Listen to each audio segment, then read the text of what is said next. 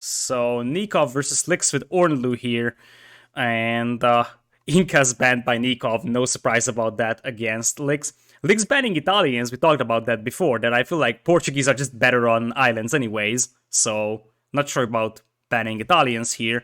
And if you're right, then there is already countdown going on. Indeed, and we have Hans versus Chinese. Lix channeling his sort of native civilization, or how would you put that nicely? Just playing the civ that you actually belong to. IRL civ. Yeah, the IRL civ. That actually sounds good indeed. The IRL civ. That actually is a disadvantage because Americans can't actually channel their IRL civs. Everybody else in the world basically can, or at least the majority of the world. Americans can't. Yeah, the only other people who are sad are people from like 75% of Africa and people from Australia, although they can still probably do Britons because yeah, but you guys can do Britons as well, to be honest. Yeah, Africa is tricky because technically the empires that are available, so like Mali, Ethiopia, or like for example, if you think about Berbers, Saracens, these technically covered various parts of Africa for quite a long time, but also there's like a lot of groups of people living there, so I'm fairly certain that there is quite a lot of them that don't want to associate them with one group or another. With that, oh yes, we are gonna have the best of 7 over here between Lix and Nicov. Nicov is playing Hans. I don't really know what the obsession is here with Hans on Arabia nowadays, in blue on the north, and Chinese for Lix in red. Both of these civs are super versatile. I like that from that aspect, so we're finally not seeing some...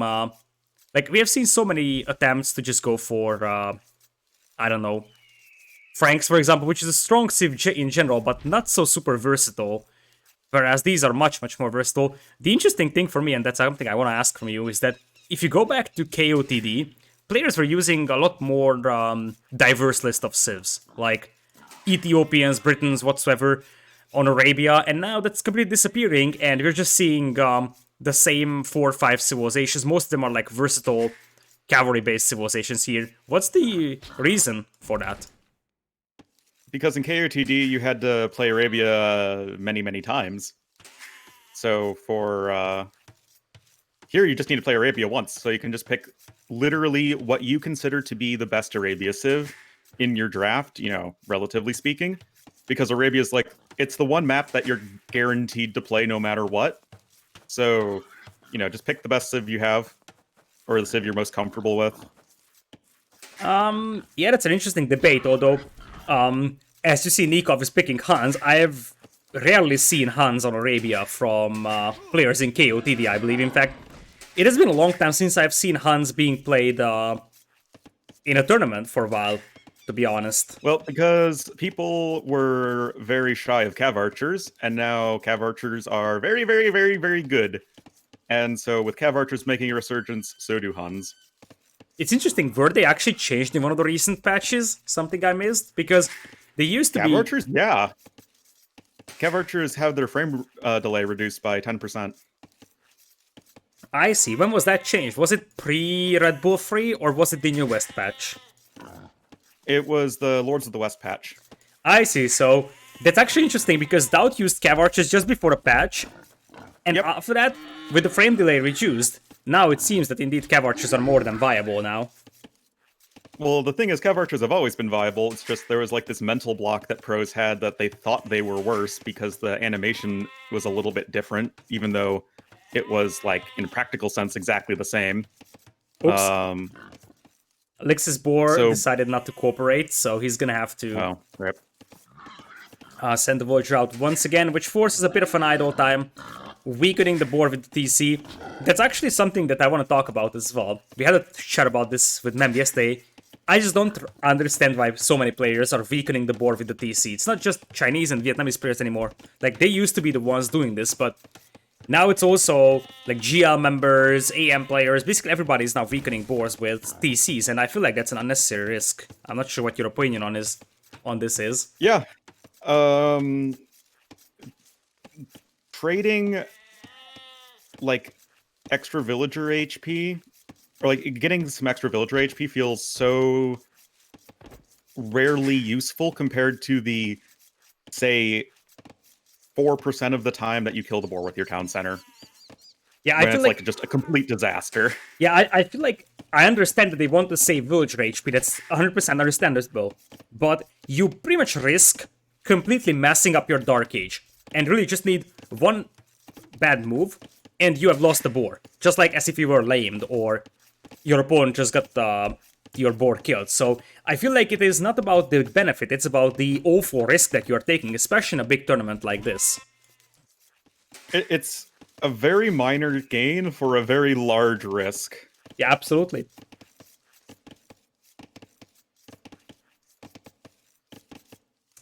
Nicov apparently hasn't found some of his sheep at the back. Oh, Nicov, look at that scouting, Nicov. Well, he's been luring deer. Yeah, I understand, but, I Oh, mean, missing the sheep. Yeah, that's pretty painful. yeah, I mean, missing that sheep actually hurts quite badly for him. And he obviously doesn't have an awful lot of food left here, so he might actually need to drop farms before horse color just because of this. And Lich is actually missing a couple of sheep as well, but it looks like he found them. yeah, I think Lix is alright. And Nicov is a 5 on wood, but I think that's just going to be a scout's play here. Tries to trap that scout, but that is just a rather disappointing attempt. And he's going to play full open as Lix runs into a TC fire here. That's a little bit awkward. Lix going in with some kind of type of wars. As long as Nicov is playing scouts, these wars will be alright. But once archers come out, that gold mine is going to be dangerously exposed. And that's just kind of an unfortunate gold mine for Licks, but just very normal Huns and Chinese stuff. Chinese are not going to deviate much at all in their openings, usually just going to be going for scouts. It's just usually too hard to pull off any sort of like men-at-arms play. I mean, sometimes you can go straight archers, but it feels scouts with Chinese, it's kind of greedy, but your eco is just so absolutely insane. Yeah, absolutely. So now we got scouts coming out for Nicov, and Lix is also going for his own scouts over here, no surprise for him. But one thing I like about Lix's position is that he's Void, whereas his opponent isn't, so technically Lix can defend much easier against the scout's aggression than his opponent can, unless Lix actually has a hole here that Nicov is just going to show him. One tile, that's all you need. Oh my goodness, if Lix loses a Vulture here, I'm gonna scream. Nope. Nope, indeed. So he's going to survive for that time, and now Lix is going to war himself around, which means that Nicov is gonna have to be careful, because if he gets pushed by spears and scouts, then he could be in trouble, because his base is wide open. Yeah, 3 scouts for him. No spearmen as of yet. He was up much faster, and Huns have the faster stables anyway, so that shouldn't be too big of an issue. And I guess speaking to the matchup a little bit, Huns can definitely make something aggressive happen against Chinese early on, but we're kind of past that at this point. And I'd say it's overall still a fairly even matchup. Chinese army is going to be better in like a straight up fight, but Huns are always going to have that mobility. Yeah, I feel like the real timing for Huns is gonna be like this mid to late castle age with the Cav Archers, because this has to be Cav Archers eventually from them. So well, the pure knight play is going to struggle against the potential for camels as well as pretty good monks. And the crossbow play is just going to be worse than Chinese in most cases. And it looks like those sheepies will still stay there for a while. Now, Nicov might actually get lucky and find those sheep if he's accidentally running that way with the scouts, but apparently those sheep might go unclaimed for a long time. And it seems like Nicov just wants to match the opponent's scout numbers here to defend. And transitioning to archers already, something that Lix isn't doing. In fact, Lix is going very heavy on scouts and spears. 5 scouts already. That is definitely quite a lot. Already 16 on food. just now going over to gold, we could be seeing Lix just try and go right up to Castle Age, actually. I mean, Nicov is playing this, like, very, very standard Hun style. Yeah, I think So Lix he's is gonna about to be go able up. to put some pressure on. Yeah, Lix's food eco is going to be really nice. He's got the Chinese extra food on the farm, so... I think once you have the villagers on, and there is wheelbarrow after villager number 5, you add one more will after, and you should be good to go up to Castle. And since you are fully evolved, it's not like your opponent can hurt you that badly, and I feel like by the time those archers start becoming a factor, especially considering they have to defend, I feel like Lix could be on the way towards Castle. That's going to be one dead Vil, but at the cost of most, if not all of these scouts. Honestly, I feel like that's actually a reasonable trade for Lix. Or is it? Like, that actually allows... I prefer it for Nicov, 100%. Yeah, that's actually interesting, because now Nicov can actually move up with the archers, and we talked about that awful gold mine for Lix, which I think, for me, now is a defensive tower worthy of gold mine. But if you do defensive tower, then you can't actually make additional TCs easily, because you won't have a market, and you can't mine stone. Yep, exactly. So I think that was kind of an unnecessary play there from Lix. Lix does spot the archers coming through, so he knows exactly what's happening, and indeed there is the defensive tower. Only with 2 villagers, though, which may be a little too low for this.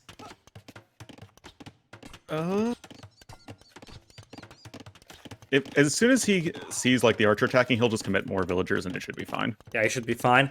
Now, he's going to be beating Nicov to Castle Age quite massively, though. Oh, wait, the villager's super low HP. Oh, she's at 1 HP. Saved. Oh. Look at those jukes. That was beautiful. Very nicely done. So, Voyager safe. And the thing is that he's going to be beating Nicov to Castle Age really, really badly here, and the early knights will just stomp those archers, and then probably knights and siege workshop now for Lix is the idea. Yep. I mean, Chinese eco is just so strong. 2 villagers ahead, cheaper upgrades. It's pretty darn good. Oh, another 1 HP villager. Well, Lix can just say calculated, because it was. I guess he wanted to, like, drop the stable closer to the walls, but it didn't happen. I mean, this is still kind of scary, though. This isn't very well defended at all. Like, Nicov is poking away, and maybe a stone gate would be not a bad... Okay, we're just going to build a market. Yeah, that's fine. I was thinking about that as well, but that is open. That market is not well positioned. Yeah, okay. Yeah, now he's going to rebuild it. So in that case, it's fine. It's fine. Honestly, it might have been even calculated by Lix. I know I say calculated a lot, but maybe he was waiting for his opponent to commit so much time getting through there in the hope of getting through, and Lix probably knew already that he is going to vault off with a market. But he just wanted to make sure that his opponent... Nicov finds the sheep. Better late than never. He's gonna be like, oh, that's where you're hiding. And remember that laming is allowed, so he didn't even know that he didn't get lamed. Also, a little bit sloppy from Lix that he didn't send it to the corner. He was probably too focused on everything else. Yep. +2 defense instantly queued up, though. As well as a couple knights. I mean, Chinese, cheaper upgrades. It's very, very nice here. And that's actually a lot of archers, though, from Nicov. That's 17 archers. Yeah, if they're upgraded to crossbows, Lix could be in trouble here. Because the thing is that he's only 140 away, and I think if you're Nicov right now, you're adding a lot of spears. Just keep adding spears, because that's going to slow down those early knights and make you able to keep your archers alive. Yeah, and I like that he's just retreating with these archers. And you can't engage all those archers with 1 knight, not even with +2. 1 damage times, 17 or whatever. That's a lot. Yeah, that's really a lot, and Nicov walls himself up just in time. Nevertheless, we do have Bowsaw on the way, as if Lix were playing Lithuanians, because their units say Bowsaw all the time. Now Nicov has to be careful, though, because that's starting to be a lot of knights on the field, and there is no spearman to support, or at least there is 1. And you don't want to lose those archers just before the crossbowman upgrade. Uh-oh. Oh boy, if Nicov... not good at all. Yeah, if Nicov loses this game, this is going to be a moment that we're going to look at and say, this is where it actually falls apart. Because he's gonna have crossbows, but he's going to be down to 10 archers by then. And there is no forward vulture just yet from Lix, since that he's playing this one safe, so no workshop. Look at that. There's gonna be like barely any crossbows left. Yep, good old Bod Prosaw comes in, but... just too late. Painful. Like, that was so unlucky for Nicov, and I feel like when you're getting beaten to cast stage like that, you start spamming spears ASAP, because they will at least slow down the knights. You won't be able to beat them with that. Now, Nicov luckily But you're just trying to get back. You're trying to get back home at that point. Yeah. Or the alternative is actually to hide your archers in one of the corners, because you're fully vote, so you can actually defend against the early knights. And you just try to hide your archers in a corner to keep them alive. Now he went for a crossbow upgrade, but he barely got anything out of it. But I like the fast husbandry though from him. And we're gonna have triple range CA. Oh, feels good to have cav archers back. The good old-fashioned Arabia Han Wars. That's a forward Vil from Lix. Kind of to the side. I mean, Nikov's gold is still relatively far forward. Where is the will at? To the left of Nikov's base. Oh, I see that. This guy was so sneaky that it even got caught by a wolf. Indeed. And I think the tricky thing here is that you could actually make a case for... I think you open scorpions in this case, but you could also make a case for rams. I also like the fact that this is on the other gold mine, which means that Nicov will be forced... Like, Nicov can't just go out to this gold mine. If that workshop would be close to the archer ranges, let's say Nicov could potentially walk out to that gold mine if he loses the other one. Yeah. But right now the knights aren't able to punch through, and that's going to be pretty nice for Nicov, and the cav archer numbers are steadily rising. I feel like it's just a diversion from Lix though. I'm fairly certain he just wants Nicov to pay attention to the right, while he's getting up his workshop on the left. As Lix converted one cav archer. Will be the first unit made. But yeah, as you said, that's a lot of cav archers now. They also have husbandry, so it's easy to micro them, but no bloodlines right now, neither ballistics or thumbbrink, so far from perfect, and now the scorpions start coming out. Indeed they do. Both players are not, like, playing it too, I guess, either aggro for Lix or too passive for Nicov, as they are both on 3 town centers, even villager count. Lix and is Nicov only with 9 seconds idle TC time. Yeah, that's crazy. That's pretty tick. Lix has a lot more, it's 4 minutes, but he also has 3 TCs and he's mining stone pretty heavily, so I think he wants to play this one super aggressive, and if he secures a bit of a ground for himself, he might even go for a forward castle. Scorpion's getting some nice shots. Oh, he's actually committing with the knights under the town center. No ballistics in just yet. Yeah, that actually could work out, because Nikov's gonna lose quite a lot of villagers here. And behind this one, there's a free... Did you see the cav archers bug out there? Yeah, that was awkward for a moment. Look at Nikov's food eco. I feel like Nikov's food eco could be in trouble, because he's on 3 TCs, but he's not gonna be able to produce villagers, and he will just fall behind Nico. And Chinese actually have pretty good skirmishers, so technically Lix could go for skirms. Because if he's walled at home and he's pushing his opponent, then the skirms will be just great, because cav archers aren't meant to take direct engagements. Yep. Just a very smooth eco now at this point for Lix, although his villager count isn't as impressive as it should be, to be honest. Now ballistics is going to be on the way, and the thing is, Lix's army is kind of ultimately going to get wrecked here. No forging meant that the villagers were taking 1 extra hit to be killed by the knights, so that probably hurt a little bit, but Nicov has to be careful with those cav archers. Yeah, that's actually even heal advantage for Lix there. Now it is heal for Nicov, but I feel like this is still probably as good as it gets for Lix. But there's knights pushing the gold mine now, and Nicov is off from gold on the left. Indeed he is, but his ranges are not being pressured, so that's definitely a big win for him. He can still take gold on the right, and he does ultimately have the larger army right now, although he has to be careful. Ooh, even going to be going for the forward villager. That is actually a very nice little pick-off. Yeah, that's very nice. I feel like Lix could use a ram here to try and ram down the ranges, because there's no siege workshop from Nicov. The Mangonel is going to survive for now. Keep in mind, Lix is also collecting relics. Lix is sitting on 4 relics already, and he's bringing in the 5th one very soon. I think. That is really good. I mean, 5 relics at gonna be like 31 minutes or something? That's sick. Yeah, he's putting a lot of emphasis on that. And now it's a camo transition. From Licks, slow and steady. I think against the early Cav Archers, the camos might work out nicely. And, oh, Nicov could lose the stable before Bloodlines. Well, yeah. Nicov not on stone either.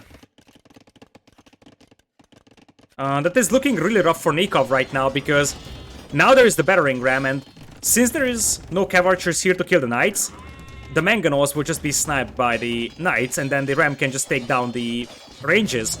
Nicov wants a counterattack, but the Cav Archer numbers aren't rising anymore. That's the problem for Nicov.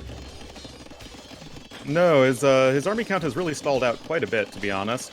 Lick's a little too forward with that Mangonel. Yeah, that's definitely a little too forward. Scorpion's the same as well on the right side. As Lix or Nicov wants to save that workshop, pops out the Mangonel, takes a shot on the Scorpion. That's a nice one. Tries to repair the Mangonel as well. That's actually a very, very nice micro from Nicov there. Oh yeah, I mean he's losing some villagers, but this is about as good as a fight as you could ever hope for. And that's a forward castle coming in from Lix, but... Where are the Cav Archers, Ornlu? Where are the Cav Archers? I mean, That's the question. Where are the Cav Archers? They're nowhere. There is no Cav Archers, and the ram is knocking down the buildings really fast here. In fact, if it was focusing down the workshop would be dead by now. And, oh my goodness, Nicov taps out. And that's, I think, the worst possible scenario for him, because, as I said, the stress factor is going to be bigger and bigger as he's falling behind.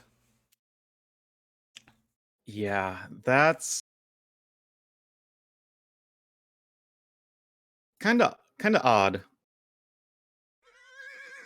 It felt like Nicov should have had a way larger army than he did. I guess it goes to all the idle eco time.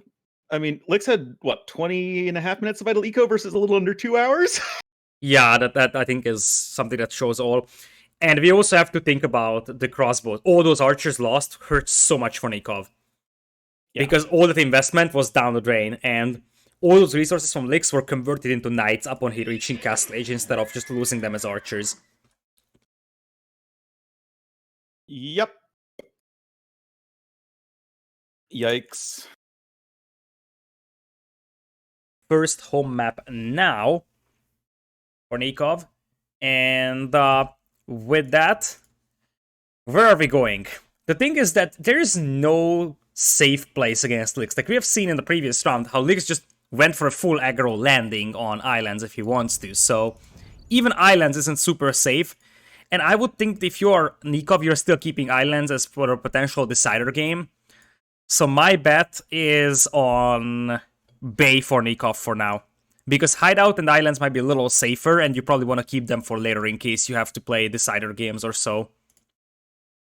Yeah, and I think Bay is going to be a map that's going to be very good for Nicov. So, let's see the civilizations. Nicov, what is Nicov even picking on Bay, though? Because his opponent is going to pick Mongols or Celts, that's for sure. But what is Nikov's pick here? We didn't talk about the draft yet. But I feel like Lix actually has the better draft. I like it a little bit more than Nikov's one. Lithuanians, what am I talking about? Lithuanians is there. I'm blind. But we're going to Hideout, so it doesn't matter. Interesting. And the Civ matchup is even more interesting.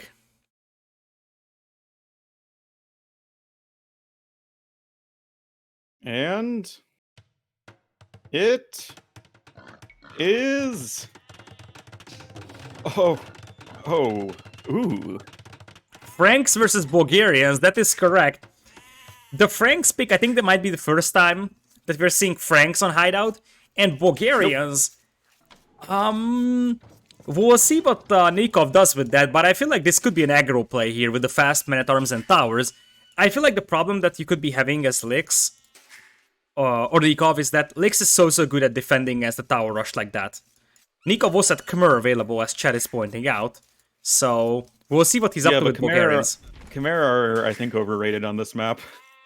You can get a super insane eco, but I mean... Yeah. You just die so hard to, like, siege onager civs. Yeah, I feel like... bombard cannon civs. the Khmer Ballista uppercut is nice. And like you can get a very, very fast aggro play with the fast castle, but I feel like a save like 2 turns is much, much better for the conversion resistance, monk defense, late game onager, still strong eco. I think 2 turns might be the best civilization for this map. Maybe Britons could be one. Yeah, definitely. But looks going to be the red Franks to the south, Nicov blue Bulgarians to the north. We did see Franks on this map once before. And it was for a bunch of knight aggression in mid-game. But I think it ended up losing eventually. Because they were kind of reliant on paladins. And you don't normally think of Franks as, like, the best civ in the world on closed maps. I mean, they're, like, pretty solid, but you don't really have a super strong... Wait a second. What is that sheep spawn for licks? Aren't you supposed to have all sheep in the inside? I don't know. I am not sure either. I'll actually have to ask Christine about that, but I'm fairly certain that you are supposed to have... Like, the deer is always on the outside, but I'm not sure about the sheep. And that could be -2 sheep for licks, I don't know. Yes. Oh, the double lure. Aw, rip. Licks doesn't see those. And someone is saying that it was all like this all the games, so Licks might actually lose 2 of his sheep here because Nicov is already coming forward. Yeah, that could be a bit unfortunate. Oh, is he gonna see him? That is not the right POV. Why is it? It feels really hard to like get the right POV on Capture Age. Yeah, I feel that as well. Make sure you are caught up to live game, by the way. It's Dark Age. So why am I behind? Like, I went in with the countdown. It is because Capture Age needs a couple of moments to initialize, and sometimes the first 5 seconds of the game is actually a little bit slow-mo. And I guess Lix is getting lucky with the fact that his opponent didn't spot the sheep, because for now, neither of those players are actually claiming it, but that helps for Lix a little bit more, I think. Yeah, definitely. 3 on wood only for Nicov. I think this wants to be a 20-pop Man-at-Arms Towers build. That's actually pretty strong with Bulgarians. It's a tight build, but it's definitely a very, very nice one. And it's actually a build that... Oh, even forward Brax. So Nicov has something on his mind. This is a forward Brax, probably 20 or could be 21 pop as well, depending on how good the food eco is for Nicov. He only pushed in 1 deer, so I think it might be... No, it's gotta be 20 pop. 20 pop forward Brax, Man-at-Arms into towers. Interesting. That's And Lix killed the board with the town center. Congratulations. Yep. And we can go back to the discussion that we had in the previous game, and everybody was saying, oh, it helps so much to have the extra HP. This is why you should never do it. Especially not on a map where your villager's HP matters so little. Because it's not like a scout is going to come in and snipe your Vilp. That was a disaster for Lix. He's down 2 sheep and 1 boar. This is why I will, whatever happens, I will always say that that's a stupid thing to do. Because it's just unnecessary risk. I don't care if you do it in rated games because, well, sort of who cares. But trying to qualify for a $60,000 tournament and you make mistakes like that, well, it's your fault, I guess. It's gonna be 5 forward villagers. And here comes Man-at-Arms. This is a good build from Nicov, by the way. I like this 20-pop Man-at-Arms. This is one of those builds that are lesser known among the... Well, the pros know it, but they don't really use it. So generally, the viewers know it way less as well, as Nicov is waiting for Feudal to take the fight. He probably wants to fight this one in Feudal Age, although... yeah, the ideal spot for him would be to be able to kill this scout in Feudal. I'm not sure why he's retreating. He would actually be able to finish that scout once he reaches Feudal Age. Maybe he's thinking his opponent could be going for a fast uptime, but that's not at all the case for Lix. Lix is probably just playing this arena style, just going get scouts into booming with some monks and stuff. But yeah, when I saw the Bulgarians picked on this map, I actually thought Nicov would just want to take it late, because Bulgarians are amazing in late game against Franks. and just a really strong late game civ in general, but obviously they're also really good in these ultra aggressive scenarios, and that is going to be a very uncomfortable situation for a red player. Is it though? I feel like if he gets to few late here, without those Matarms actually starting to kill him, he's gonna be fine. He's on stone, and what's very important is that Nicov doesn't know about that stone, which is a life-saving thing right now for Lix, and Lix is gonna have to make his first defensive tower on that stone, I believe. Yep. Oh, but Nicov is in. And it's... There's going to be almost no gold income at all for Lix, possibly, and because he's lost his berries and is down a boar, he's not going to have any food. Imagine if only you didn't lure that boar with the TC. But nope. And there's the counter tower. That's actually a very, very nice counter tower, though, from Lix, and I think Nikov's gonna have to bail on this, and Lix traps the entire army in here. Oh boy. Oh boy. Ooh. I told you that escape. The biggest problem that you're facing right now, if you are Nicov, is that Lix is very, very good at actually defending against the tower rush. Well, you know, if you tower rush yourself a bunch, you're gonna also be really good at defending against absolutely. it, because you're in those situations all the time. And Lix isn't actually far away from buying himself up. It looks like the army is going to escape, and Nicov walls in towers. This is something that Nicov always emphasizes to his students that he's coaching, that wall in your towers. The other interesting fact to talk about is that I talked to Nicov about gameplay, like I also was coached by him, and he always seemed very, very hesitant on these all-in plays, like these forward tower rushes. He always said, if you go forward in feudal, it's kind of like it's an all-in. So it either works out well or you lose the game. And just the way I actually heard it from him, it kind of felt like Nicov is not necessarily a big fan of these commit in feudal age go aggro plays. But apparently in this tournament he's doing it a lot of times because he kind of needs to. Previous set versus... This is a far more aggressive Nicov than I have ever seen before. He is not afraid to go forward. Yeah, I feel like he understands that maybe if he just plays, you know, long game, he doesn't feel confident about itself, and he kind of has to go for YOLOs. As I said, if you think about it, in the previous set versus Fire, previous round, he also went for the Inca Wheel Rush on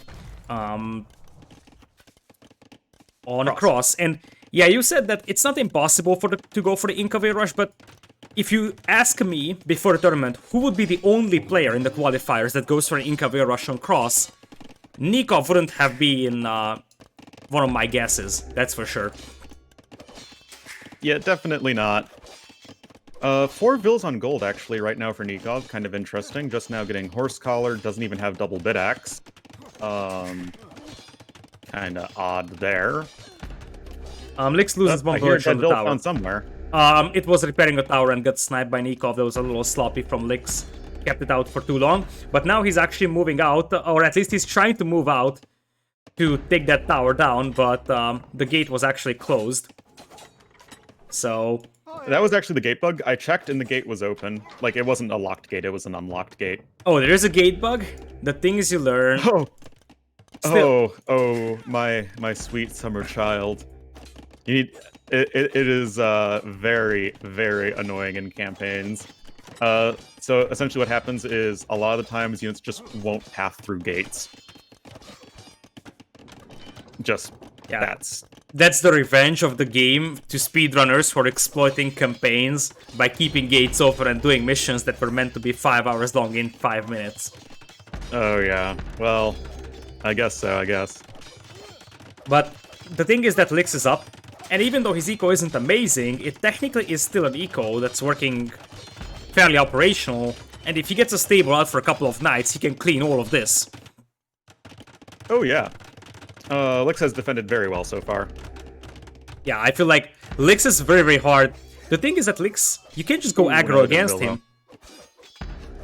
Oh, another bill? Yeah, oh, the farm. Feels bad. Still, at the end of the day, if knights are coming out from Lix Herald, I think it's gonna be Siege Workshop from him here. So Oh, that's a Licks bad move. deleted the palisade. That's a very, very bad move. That was just a really uncharacteristically awful decision.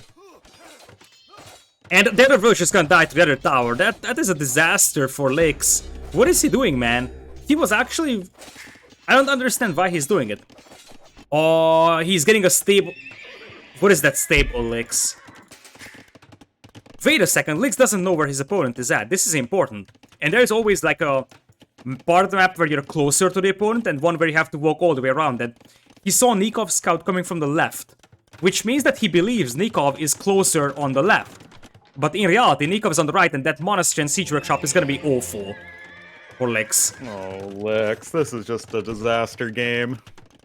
Yeah, funnily enough, he might still win this, because he's gonna have a siege workshop out, knights are out, and he could just kill Nikov's Sword Vultures relatively easily here as well. But let's say that he's not necessarily winning because he's playing well, if he's winning this. Nicov using the market, clicking up to Castle Age himself. And what I was saying in the beginning is, I feel like Bulgarians absolutely annihilate Franks in late game here. Bulgarians are just really good against, you know, melee heavy civs like Franks. And look at the path that Licks is gonna have to take. That stable is the most useless stable ever. It's not close to your opponent, it's not close to you. It's in the middle of nowhere, basically.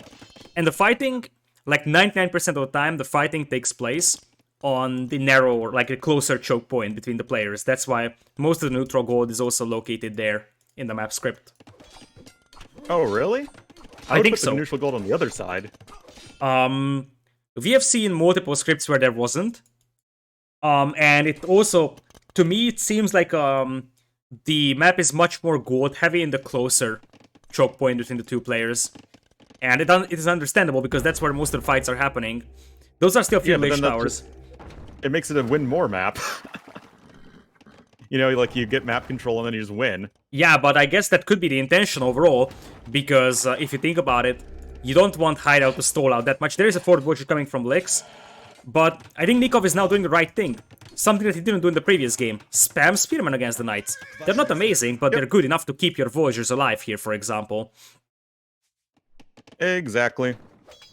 And the food income is very, very bad right now for Licks, so that's going to really prevent any sort of longer-term Knight production. And he's only just now going to be adding in a second TC, but, you know, as we say this, we already have Nicov hitting Castle Age and adding in his own second stable. Can be going for Knights himself. Yeah, he could be. He also gets the free longsword upgrade, so that's some nice aesthetics for us. Oh, yeah. Oh, and Licks loses a monk to a scout over there. That's also a disaster for him. I think Nicov knows about... Oh, don't tell me. Oh. That was sloppy from Nicov. He should have just right-clicked on the monk. Yeah. Trying to dance around like that just guaranteed the conversion. Yeah, basically. But Nicov knows about the monastery, so he knows exactly... Well, now you can just spend the night, yeah. He's missing it, though. He's missing the monk. But there's a second TC. There was a moonwalking spearman in the party as well. And Bulgarian TCs being cheaper helps a lot. And honestly, you could see a Crepost. And it actually could... Like, a Crepost here would be a very, very good defensive structure as well. Because Licks apparently is planning on, like, a monk and siege type of push. But Crepost would be able to just hold that off so easily. Also, there's, like, 4 knights and a scout chasing 1 knight. Yeah, that is... Like, all the way across the map. I'm not sure what happened to Licks, because as good as the previous game one was, maybe he got knocked out of his rhythm by this tower rush, which feels very uncharacteristic, but he loses another monk to the scouts. And as bad as Nicov... Well, I'm not going to say as bad as he played in there, but the previous game was very dominant for Licks. This one is so far very dominant for Nicov. Indeed. We got... third town center on the way here for our blue player.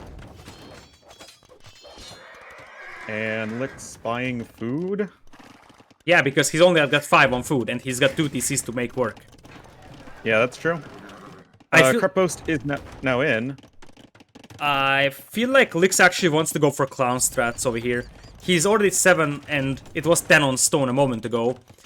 I would think that what he wants to do is just, you know, buy food, get a couple of knights on the field to keep his numbers high and secure the outside of the map, and then drop a castle with Frank. So, you know, that good old traditional arena spam castles with Frank strategy. Yep. I do think that if you just go for like Konix here, if you're Nicov, I feel like you're gonna have a very hard time not like dealing with Konix if you're Lix. Yeah, another monk gets sniped down by Lix, and he's once again heavily collecting relics, and this sort of fixed position of relics in the map script definitely helps relic collection, but this is, I think, like monk number 6, 7, or 8 that the Lix has lost already in this game. Wait, hold on. T90 has 36k viewers right now? That's brutal. Wow. I think he might have gotten main page, though, then. Because yesterday was... Yeah, like... Yeah, he was at, like, what, 17k or something like that? Yeah, I'm fairly certain it's main page, which I think is good. Like, yeah. Main page, I could actually do it now, because I'm in the US. I can actually check if he's main paged. But oh, Twitch front page, yeah. Yeah, he's actually the highlighted on the English Twitch front page, that's why he's getting that much. Obviously, he would still have like 15, 20k without, but... Yeah, no, like, he's still getting, like, amazing viewer numbers, but, like... Yeah. Like, that doubling the viewer count, even Yeah. when you're that high, is, like, pretty crazy. Yeah, anyway, the thing is that... Monster's pretty going down. Yeah, the thing is that... Twitch front page is, like, automatically 10,000 extra viewers, regardless of what you do or who... do. It's about getting there, because it's so hard, but obviously... I'm surprised that he's getting that for the qualifiers, though. I was expecting that for the main event, but not the qualies. Well, maybe it's just a matter of scheduling, right? Maybe there wasn't any other big competition for it today. Yeah, makes sense. With that, as I said, the monastery is going down, so all those collected relics are now gonna be gone for Lix. There's a couple of Conics, and Lix is getting close to dropping his own castle. So... Indeed, and that's gonna help him not die in the short run, but Nikov's on 4 TCs, he has a massive eco lead, and he's gonna have the way better army because he's Bulgarians. And what is Nicov missing? Eco upgrades. Look at that. Double Virax, horse color, no wheelbarrow, but no bozo. Oh man, some things never change. Like, for example, Nicov actually forgetting about eco upgrades. Lix's Mangonel randomly wandering around the right side is gonna get picked off. And the KD, I think, is lying a little bit. It's 18 to 15, but reality is that, like, Nicov has been stomping Lix here. Oh yeah, it is a very large lead here. For our blue player, Lix has expanded to the 4th TC himself, but he's already just down by so much. And even a 5th TC coming in for Nicov, you do get that stone discount for Bulgarians, so you don't even need to mine that much. And that villager of Lix is gonna die. I mean, this is just painful to watch from Lix's perspective. I mean, whatever he does, he's just losing units left and right. Oh, there's the defensive castle from Lix, but I guess at this point Nicov is like, okay, whatever, I'm just gonna do 9 TCs, boom, if it's needed. Yeah, 5 TCs, pretty darn good. 46 on food versus 30. That's pretty bonkers, even taking the Ibex right now. Better late than never, and Lix actually tried to lame away the golds and stones, and he did in that one corner, but Nicov is still able to access this stone mine over here. And at this point, it's 50 on food for him, so I guess Imperial Age should soon become a factor. And then, what are you going for? You're just going for Hub and Ram? Yeah. That works for me. Just go kill him. Yeah, that is the easy way of saying, how do you win Age of Empires games? Just go and kill him. I mean, with Bulgarians, you get the discounted blacksmith and siege workshop upgrades. I mean, you can get that running very quickly. Yeah, that's totally true. He's gonna need a castle soon though, because he wants stirrups. As Lix is trying to stonewall himself, but once again, it just hurts so much to watch this. Wherever I look, Lix is losing units.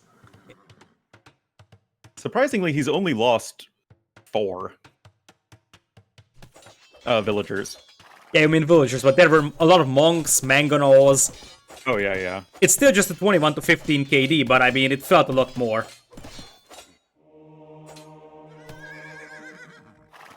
So, it looks like... Oh, another villager up.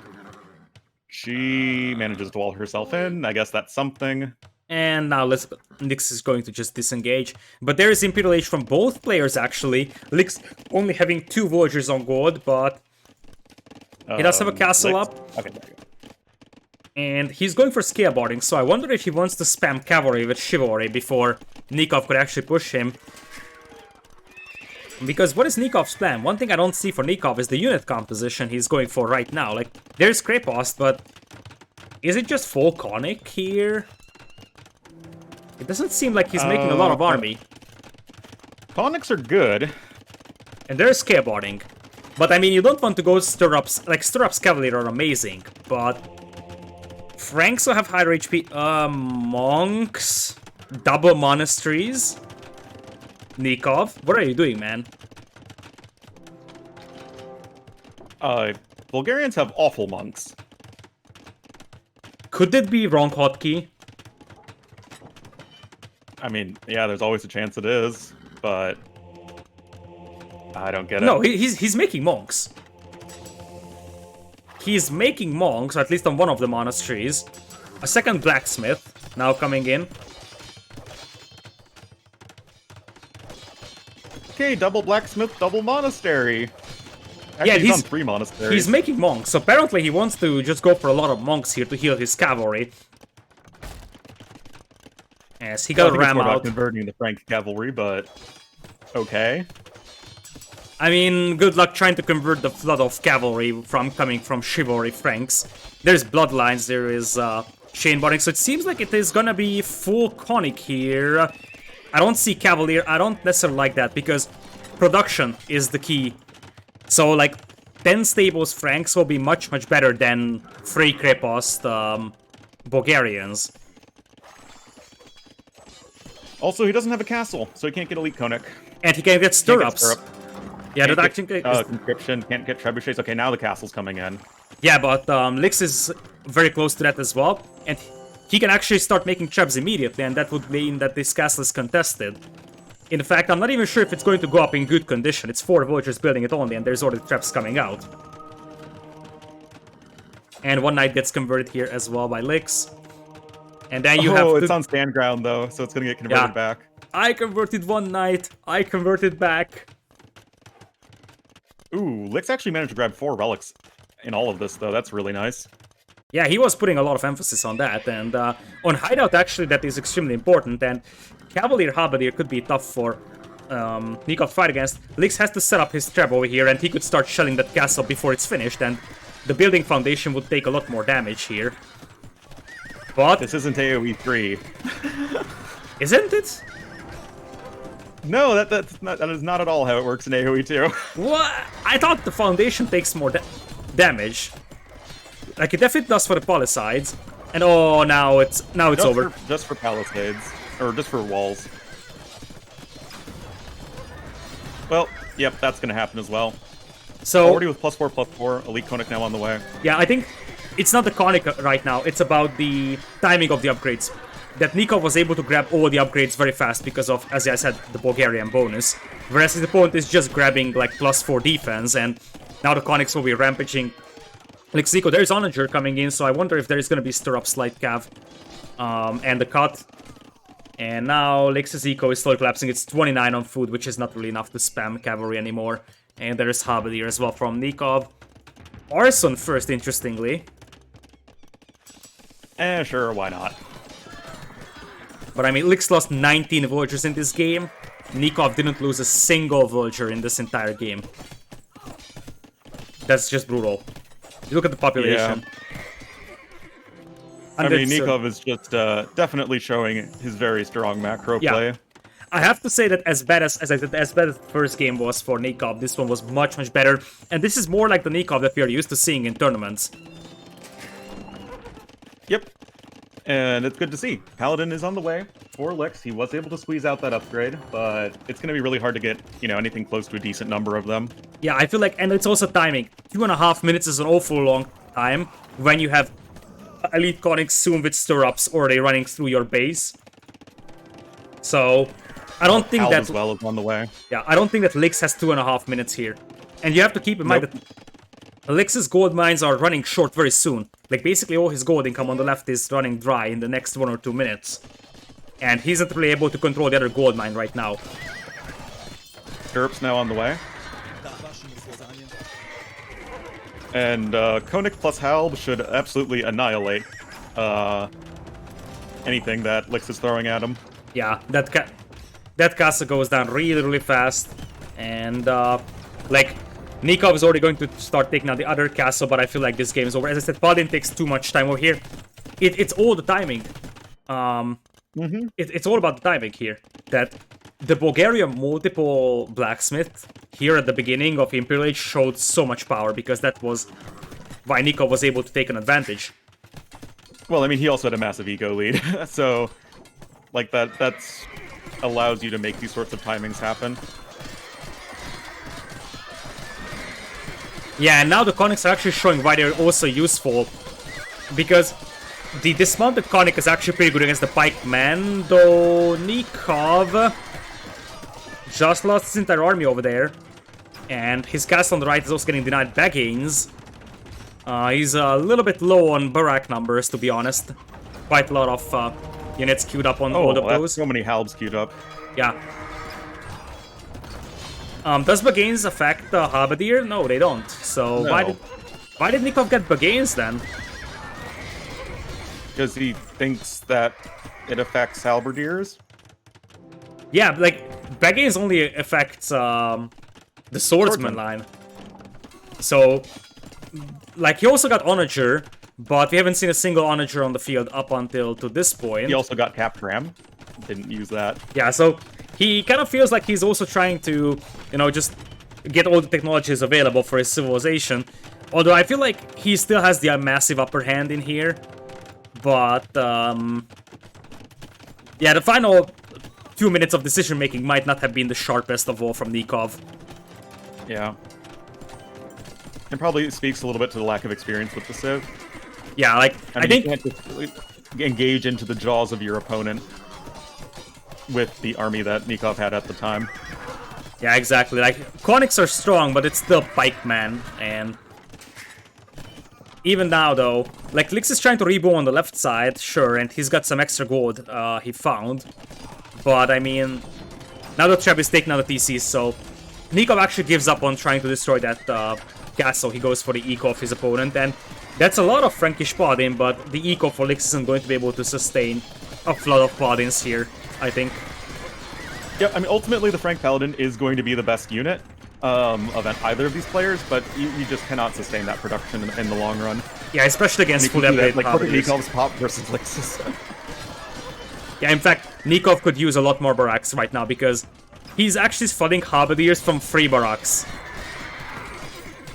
That's not really flooding Halbs, but regardless, it's super over. Trickling in, yeah. That's probably a more appropriate way of saying it. So, Game with number that... 2 going to Nicov. Yeah, this was much more convincing, and I feel like this was a much-needed win for Nicov as well, because it's one thing that you're winning, but also winning quite decisive, with 57 Voyagers killed to 0 from Lix. So you can say that this was a stomp from Nicov, and he needed this one to come back mentally in this one and say, okay, calm down, everything is alright, and just imagine this right now as a best of 5 that just starts. Yeah, pretty much.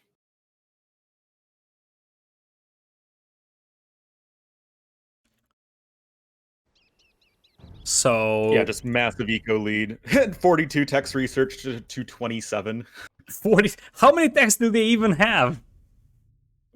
Well, I mean, every Civ has at least like 70 or so. Most Civs have high 80s, low 90s for like the best Civs. Oh yeah, but obviously he wasn't researching dock techs, which would have been a little bit more complicated on Hideout, considering there is no water. You have to be Malay and get the shovel unique tech. Dig some ponds. That would be a fun unique tech. Probably would be just as broken as First Crusade or Burgundian Vineyards or Flemish Revolution is. Yeah, that's been my joke unique tech for Malay for a while. You get shovel. You just get to dig ponds out of dirt, and then you can build your harbors and fish traps in there. Yeah, and you could just basically dig dig pawns around your opponent's base. You could just pawn rush him. Oh yeah. So, home maps. Lix has cross, gold rush, slopes. What would you go for if you were Lix? I don't think I'd want to go cross. I think I would want to go instead gold rush or slopes. Yeah, I would also think that based on what we've seen on the Arabia game, I would also like a more land-based map. And you talked about Nikov's great macro. Cross isn't necessarily ideal for Lix for that. So I would probably go with cross or gold rush or slopes myself. Yeah.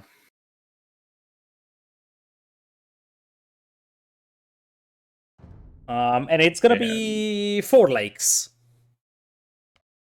Alrighty. So, Civs, are we going to be seeing Japanese versus Persians round 763? Yes, we will. Almost guaranteed.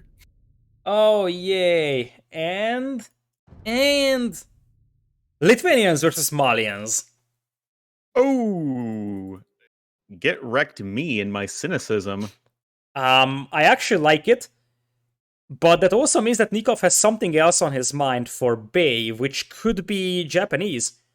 I like Lithuanians here more than Japanese. I mentioned that. I feel like, in fact, my ideal take would have been Lithuanians on Bay and Huns here. And I guess Nicov might have also been My ideal pick would have been Lithuanians here, Lithuanians on Bay. Yeah, honestly, if you look at Nikov's draft, Nikov had Mayans, Huns, Lithuanians. I think the original plan was to go for Lithuanians on Bay, Huns on Cross, and Mayans on Arabia. He lost Mayans to a snipe, so he had to change his plans. Brought in what is basically one of the more reasonable Arabia civs if you look at his overall draft. And then he's going to change his plan and go Lithuanians here on Cross. He could have saved it for Bay as one go Japanese, but it looks like Japanese will be the name of the game for Bay, and it could be nice if you go Men at Arms Towers with Japanese. That would be a very underrated build, because your fishing ships survive so long that you can actually afford to go for a more aggressive play. And on Bay, the stone is always on the front, so you can go Men at Arms Towers and go very aggro with that. That would be a very good idea from Nicov. Oh, I always advocate for going for crazy tower rushes and aggression on Bay. It's like, it's so OP having your opponent only have one forward stone. I think I like that change, because the thing is that I'm not necessarily a fan of Bay dragging out that long.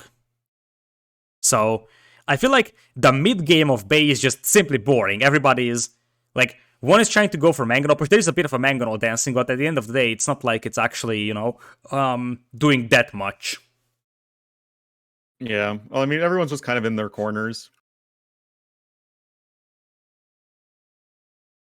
So, Lithuanians versus Malians over here get wrecked Ornlu with this Civ matchup.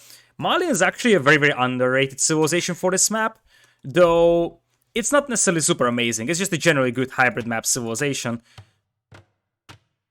Yep. But we will have Nicov here in the blue as the Lithuanians to the south of the map, and to the north of the map in the red as the Malians, as you're saying, will be Lix. Both players with one pond very close to them. And they're also somewhat close to each other as the Hawk flies, with both having forward golds. Yeah, exactly. Nicov does have a beautiful back gold, though, that's actually very well defendable, and so are the berries, and even the stones. So I think I like Nikov's position a little bit better over here, as we'll see if he's missing out on his sheep once again. He's going to go for the Lithuanian fast dock play here, with all those villagers being sent to wood. Whereas, I guess Lix is going to start pushing in there, but eventually we'll just try to get the earlier dock with the Mali and cheaper buildings bonus. I don't think you actually go for like an earlier dock as Malians. I think you just go for like a regular dock time and then just have a super efficient build. That could be the idea as well. I feel like you could actually try going for a slightly earlier dock with Malians here. Especially up against Lithuanians, where you know that your opponent is going to have the fast dock build.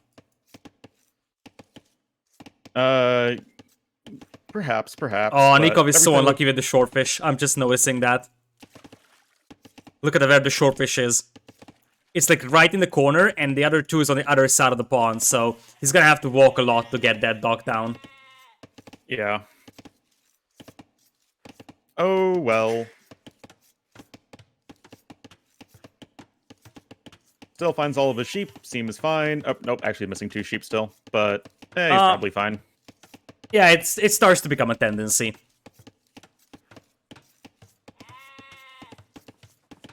Doc going to be in well ahead of his opponent. Obviously, just the power of Lithuanians on hybrid maps. I don't think Lithuanians, I don't think the bonus was made with the idea of being super good on hybrid maps in mind, but that's kind of how it pays out, or how it pans out. I feel like that's just a weird bonus in general, because it's very, very hard to predict how such a bonus can be used in general. It feels like a good general purpose boost, but in reality, it is indeed a big boost to hybrid maps especially, but it also allows the 2 militia rush from Lithuanians, so I'm not even sure what the intention was with that bonus. I think the super early drush is definitely something they considered with making the bonus. I mean, that's I think the most obvious application of it. And then just being able to go for super fast uptimes.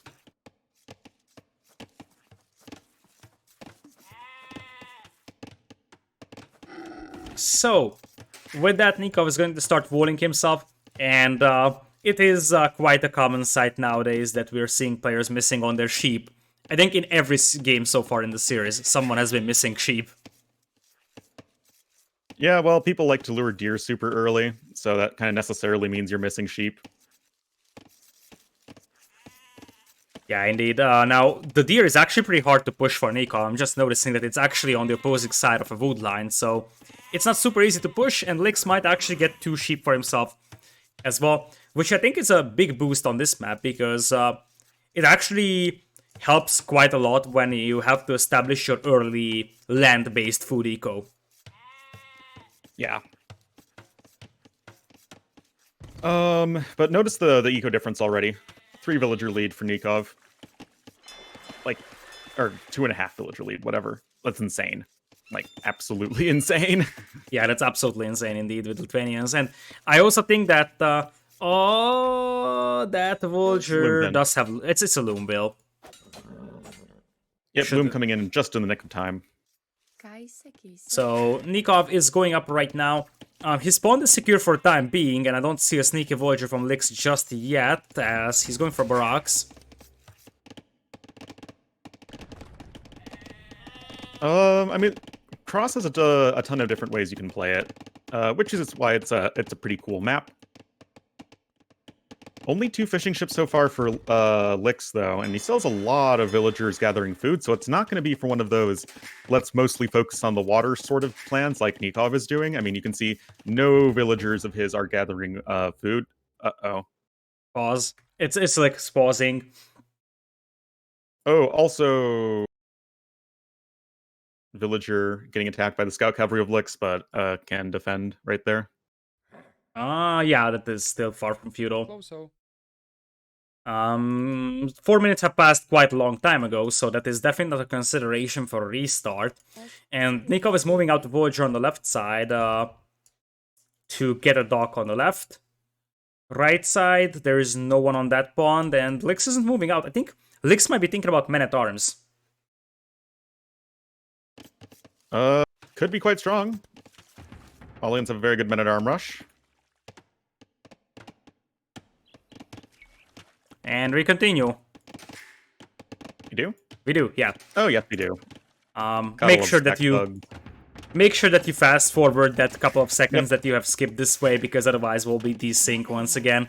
Gotta love Age of Empires after 1.5 years. Yep. But maybe in the second anniversary patch, we'll have something that is closer to being useful.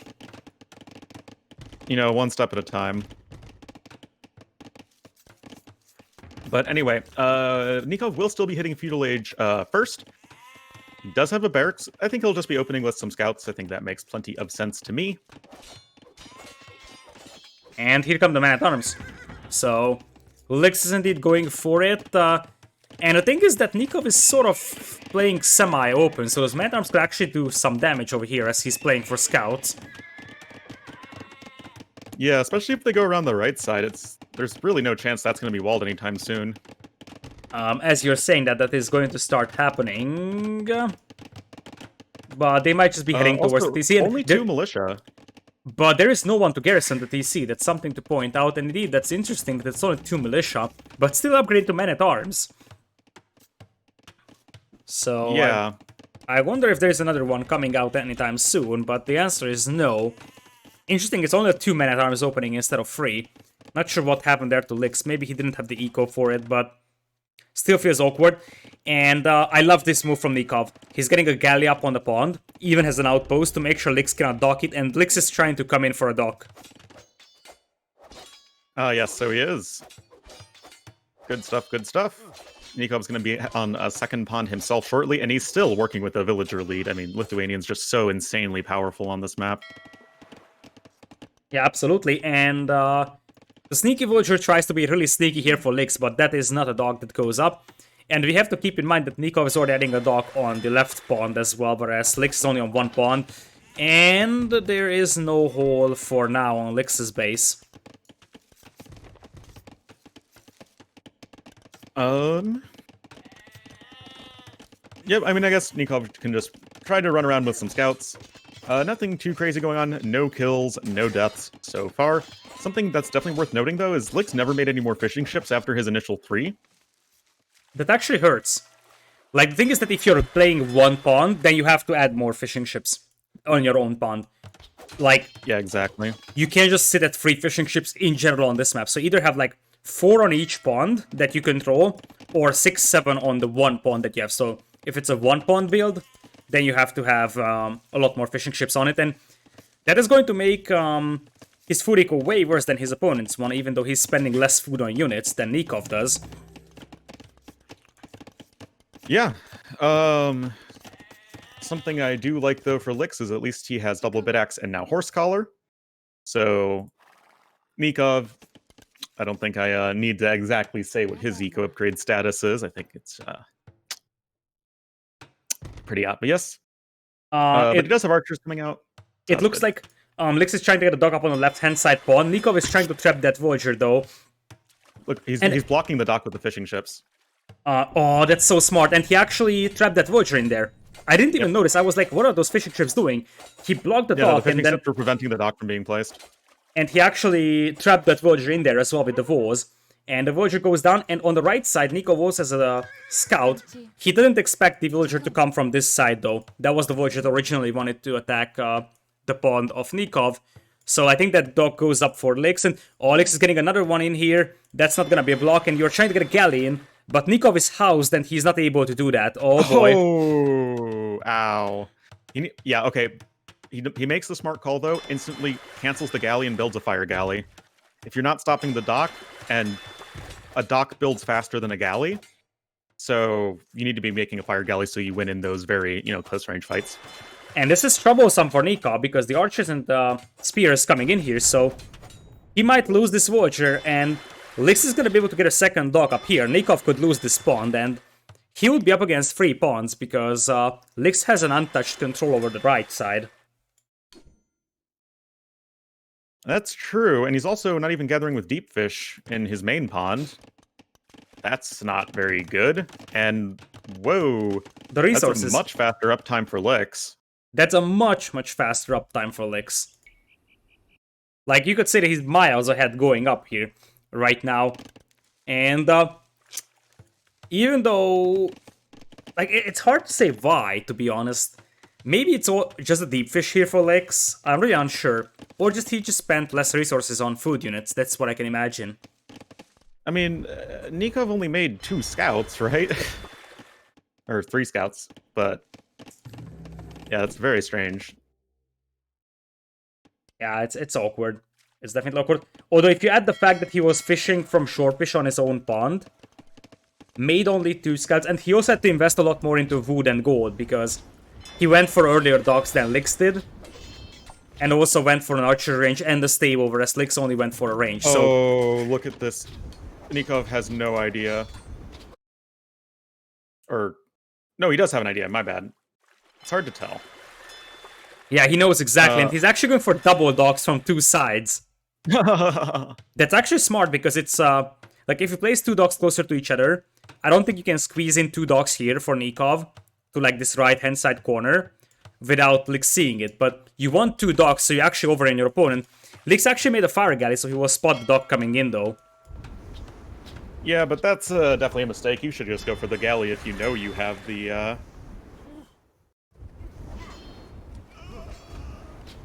what's it? The time to build a galley. Build a galley. Yeah. Alright, so Ooh, it another looks... build type though. Oh yeah, that's actually a very, very nice fight for Nicov. He doesn't have fletching on those archers, and those are men-at-arms with Malian, so they have 2 pierce armor, but that very nice cleanup here from Nicov. He killed the villager as one. He seems like he's actually going to secure the left-hand side pond. The concern is that he's gonna be 2 minutes behind into Castle Age, and that is probably Knights and forward Siege Workshop if you're Lix. Yeah, that could be really deadly. Malian's such a strong Castle Age civ. You know, you're getting so many wood discounts. You have a lot of extra gold, you cheap buildings. It's just good stuff, even though Nicov has the power of box formation with a triangular army. Yeah, now here's the deal. Nicov is securing the left side pond here for himself. Lix, I think, will eventually lose this pond because he doesn't know about the other dock, and that's the thing. Whereas for Nicov, the main concern is that he could get pushed on land really fast, as Lix is going for a bit more passive play here with 2 TCs instead. Yeah, second TC on the way for him. Monastery. Just gonna go, you know, knights plus monks and adding an eco. Certainly not a bad play. Malians do have very good camels. Going to be one of the, you know, better ways to challenge Lithuanian cavalry, but Lithuanians on this map with 8 relics in total, it's going to be really hard to stop them from getting a huge boost. Yeah, that's gonna be tough. But you also have to consider, as I said, if you are Lix, you actually want to play aggressive here. So you have the Knights, bring in the Siege, and you can start pushing Nicov, especially with the front gold that Nicov has. If Nicov loses that gold mine, he's going to be out of gold in the foreseeable future. Indeed. He also added another dock on the left pond to the south. It's just trying to hide his... Oh boy, Nicov. He's about to lose his fishing ships, and... Oh, that was an unnecessary demo. But one thing that I would like to point out is that Nicov is just out of berries, and he's got 0 farm zone food. Which means that right now all his food income comes from 5 fishing ships that are about to run out of deep fish. Yeah, that's not ideal. Yeah, I would borderline call it awful, as he's losing his fire guys on the left to a single fire ship, or at least some of the HP. Nicov will secure the right-hand side pawn, but as I said, I feel like if Lix starts to play a little more aggressive, he could really punish Nicov for this one. But Nicov unleashes these fire ships on the eastern pond, and Lix not able to defend against that, so he's going to lose that one. But the eco of Lix should be skyrocketing ahead of his opponents fairly soon. Yeah, absolutely, and I feel like Nicov is trying to secure the relics with the scouts, but if you're Lix, just forward Voyager and go for a Siege Workshop.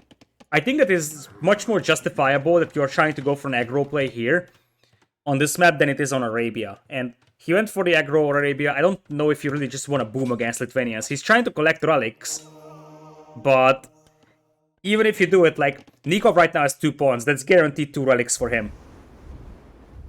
And he's going to be winning a 3rd pond. So, yeah, I feel like you should just punish Nicov for example, not having that gold mine secured. I think Nicov might actually think about the castle for himself with 4 on stone. Bad fight once again for Lix, and I feel like Lix is actually playing better than Nicov, but he's making bad decisions here. Well, I wouldn't really call that playing better then.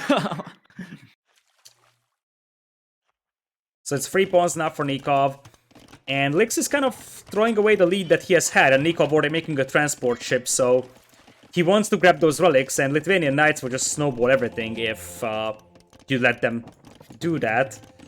Just 1 relic for Lix, so I think at this stage it is somewhat likely that Nicov is gonna get at least 2 or 3 relics here. In fact, there's already the relic coming in on the left side as well. Look at that. There's already the transport too. So Nicov is going for it. And he secured the pawns for himself at the perfect time, because this is the moment when he needs them the most for relics. Yeah. Again, I'm not too sure why this map has 8 relics. That just seems a little much. Like, the idea behind this one was that no one actually cared about the relics in the corners.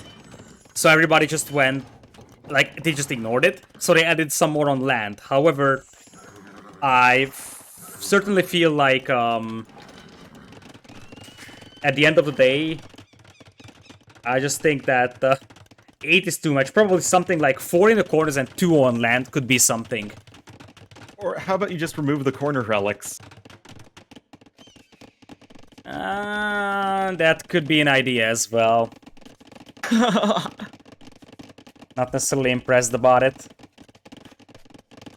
Oh, that's a big old army here coming for licks, though. 3 monks gonna be going for some conversions. Those are camels.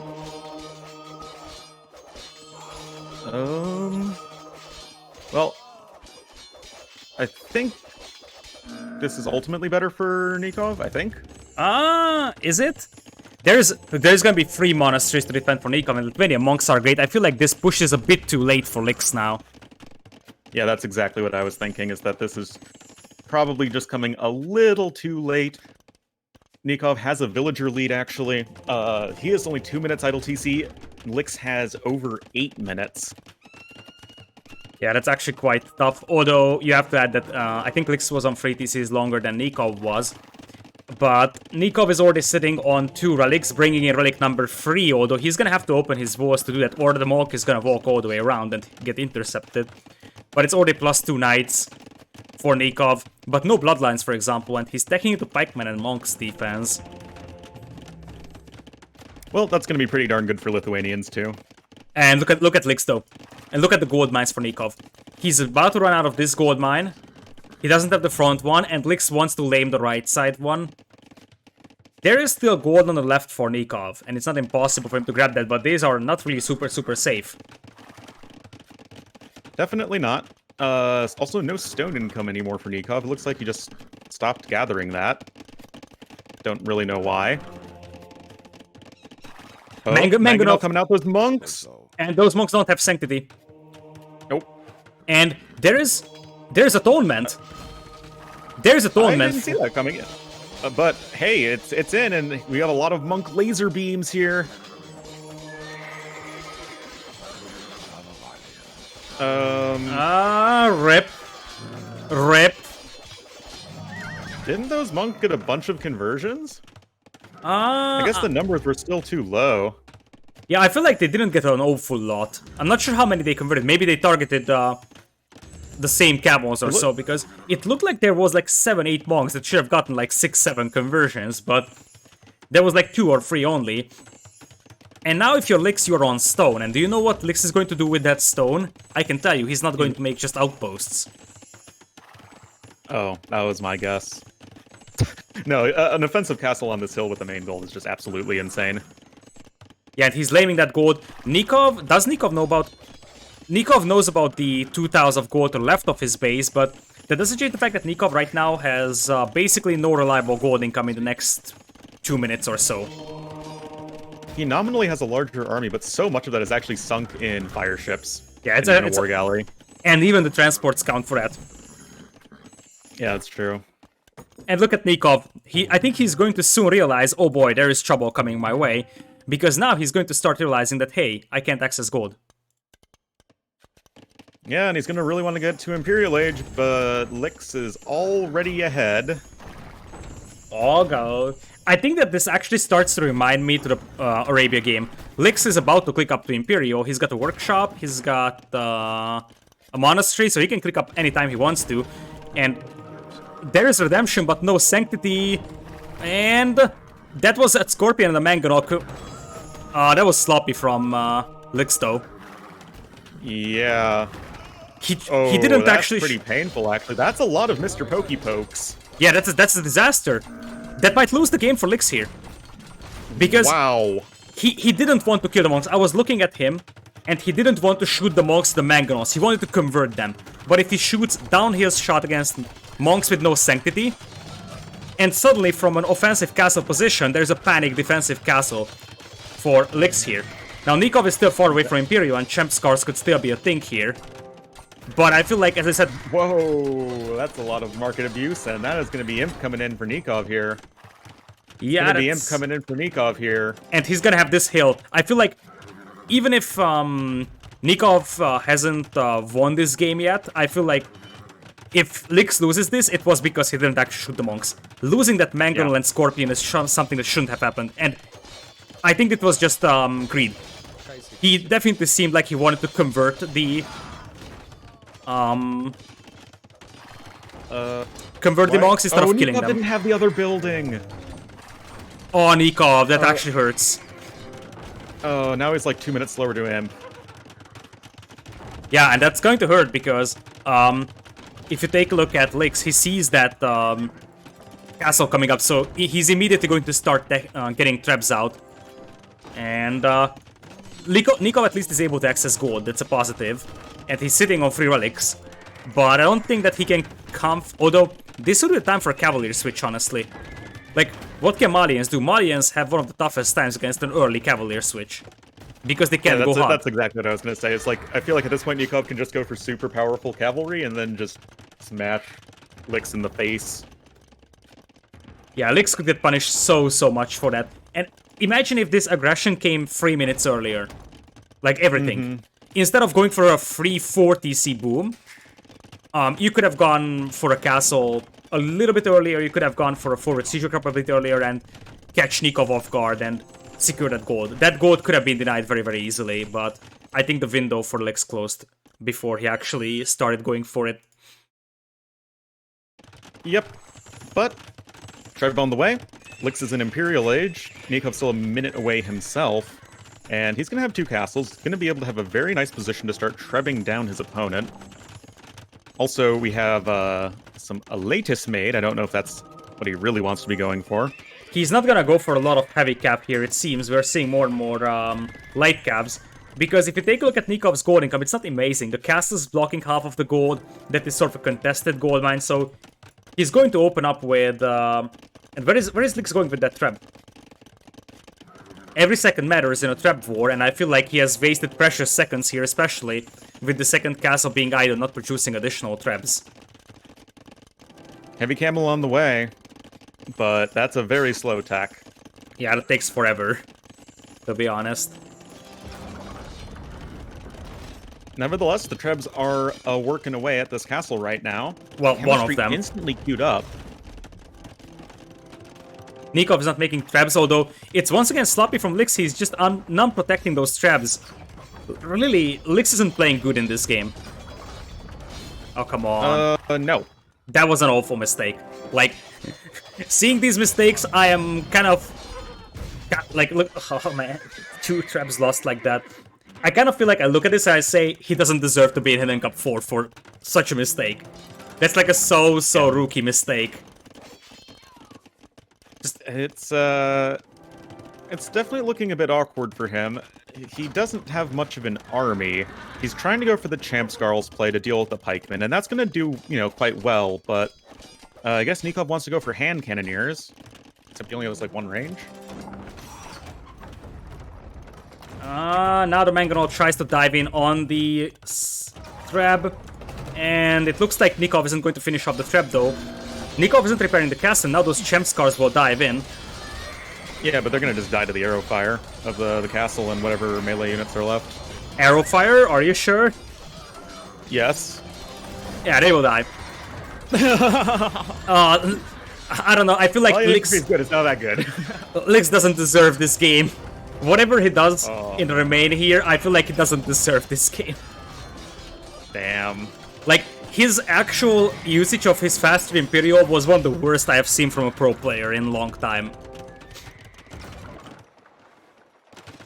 Well, trying to build another town center on the right side. Not Nicov really mistake down the trap, though. But Nicov mistake the trap to the castle. He should be using the bombard can to kill the trap and save his castle. What is Nicov doing? He just in time. He saves that castle, I believe.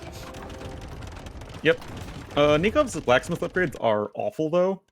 He only has +1/+1 for infantry and cavalry. Doesn't even have fletching. But the castle of Lix does go down. And now I it's still mobility. Don't see him making an army. Yeah, like, Lix actually tried tanking the Champ Scars, but I mean, Cannoneers or just simply Lattice/Cavalier with all the tech upgrades should be fairly satisfactory. Yeah, but Nicov isn't getting any of those upgrades. Yeah, that is the problem that he's facing, but look at this! Champ Scar still died. Well, they're long swordsmen for half that fight. No, they were two-handed swordsmen for this entire fight. Well, regardless, they're still not champ Scarls, and they're still facing mostly melee units. Yeah, I think if Nicov gets the cam... Oh, it's heavy camo though. And now heavy camo Champ Scar is a scary composition. Where are Nikov's upgrades? I don't know. Probably just where his eco upgrades are. And the thing is that if that castle goes down from Nicov, suddenly he's gonna be in trouble like crazy, because the right side, that castle denies the gold from Nicov, and Nicov doesn't really have a lot of access to gold anymore, once again. Nicov has 0 Imperial Age upgrades except for chemistry. Oh man, that hurts so much, and there's Farimba. And now we could see Lix just spamming Farimba Light Cav as well to just absolutely tear apart the eco of his opponent. Although, throwing away the camos like that is probably not ideal, as Nicov really wants to reinforce this position. So, 3 castles in here, Lix bringing in Farimba, but no additional trebs for now. Oh no, look at Nikov's Look at Nikov's farming eco.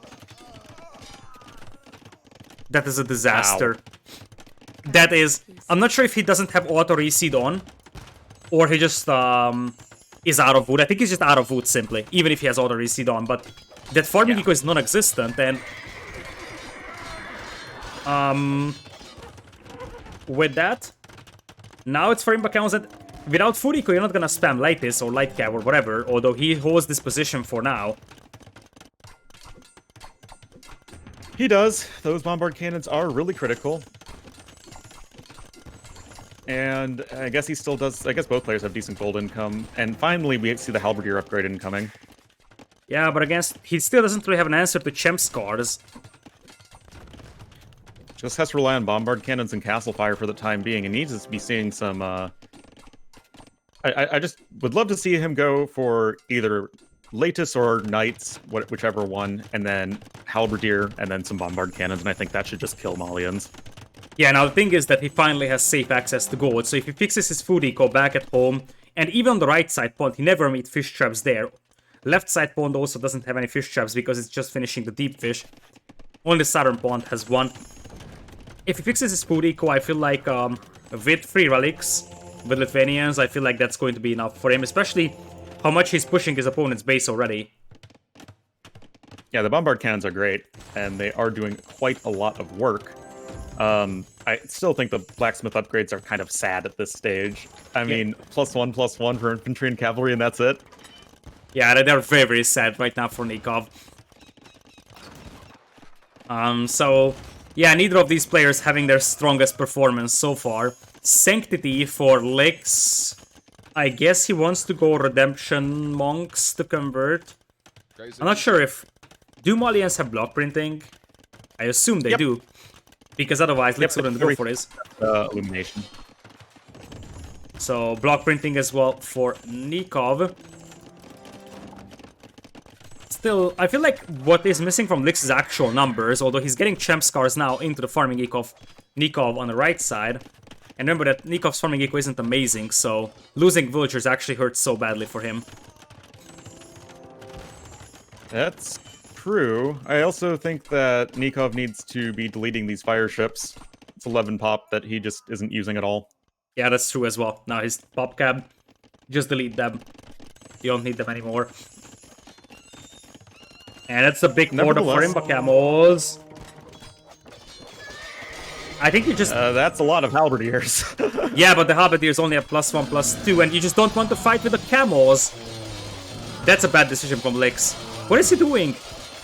Just take the camos back and use the swordsman. Yeah, that needed to happen a bit sooner. Because if he loses all those camos, he won't be able to fight the ladies that are on the right side right now. He's losing all the camos, man. He's losing all the camos, and his right side is wide open for ladies to run in. And that's exactly what they're doing.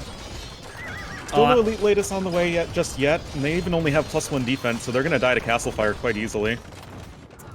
Yeah, but still, there is no defensive castle inside Lix's eco, and numerous mistakes. Tigui, man. Where's my Tigui? Numerous mistakes from Lix here, and as I said, I feel like after seeing that disaster early Imperial from Lix, I feel like he just doesn't deserve this game no matter what. Well, like, Lix could have won this game, like, at least in 10 instances. Even with an earlier forward, or just not taking that awful fight. Like, where he insisted on converting the opponent's monks instead of killing them with mangonels. Then the disaster trap war and losing the traps to a couple of early knights that had +1/+1 on them. So, yeah, Nicov didn't play clean, that's for sure, but I feel like his game in critical moments was cleaner than Lix's game. Yeah, I mean, ultimately he's working towards the things that he needs to work towards, and Lix felt a little bit more lost. Yeah, like, and he's this at is least the home map of Nicov, remember?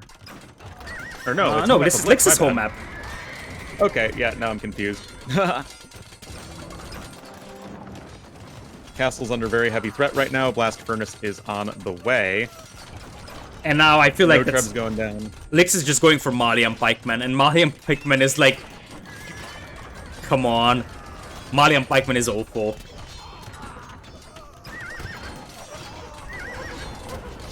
Yeah, I think Nicov is now closing this game out, and this got scary for Nicov, but I feel like, as I said, in critical moments, his decision-making was better than his opponent's one. Yep. Showing that in these more, you know, macro-oriented long games, he's just the better player, which is kind of what we said in the beginning. Absolutely. Which once again raises the question of Lix trying to go for a free TC boom before the forward siege workshop against Lithuanians on a map that has 8 relics. And this is Lix's home map, so this is the way he imagined it, and that kind of feels weird to me. Yeah, I guess he thought that the push would just go a lot better, but everything just kind of fell apart for him at once. Yeah, that's true, but still, just assuming that the push is gonna go well, but going for a free TC boom, allowing Lithuanians to grab relics. If he goes for it earlier, the knights wouldn't have had the upgrades or the relic bonus. Nicov would have had way less time, and now it seems like this is all falling apart for Lix. He's 135 population against almost pop-cap Nicov. Yep. And, well, it's kind of just, unfortunately for Lix, a little bit of a slow death. And Nicov is going to take over the first time in this set. Because, I don't necessarily see the way back. Oh, I think there is no way back here for Lix, as I'm saying that he taps out. And I'm not going to say it's a comeback from Nicov. I'm not going to say it's a throw from Lix, but I feel like Lix had more... Lix has been commanding this game for a lot longer than Nicov did.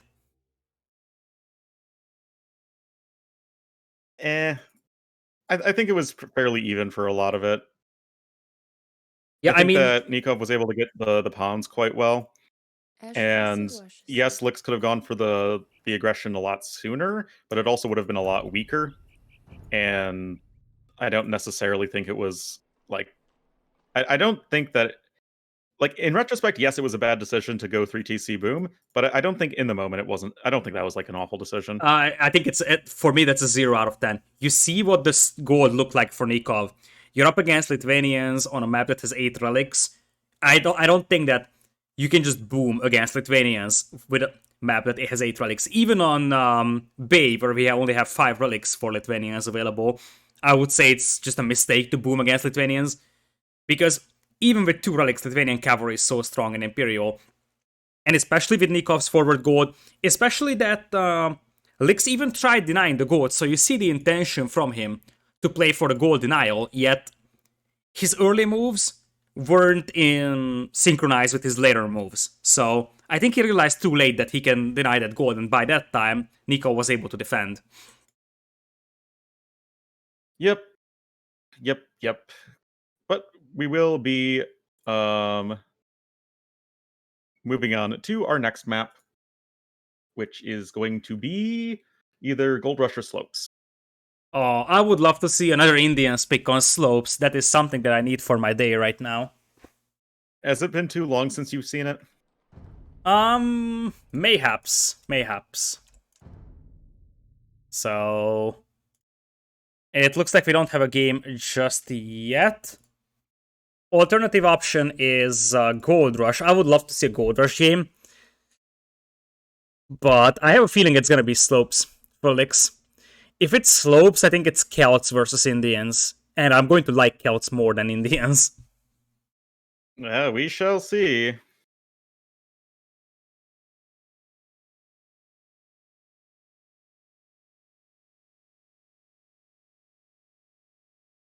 Getting debated by the Arabia game for a second. Yeah, the Arabia lobby is still there, and it's bugged. But Yeah, it I is think what it is. it's definitely going to be Celts Indians. I think if it's Slopes and if it's Gold Rush, I think it's just going to be Tatars Khmer. Yeah, most likely. Something like that. And it's Gold Rush. And it's Tatars Celts.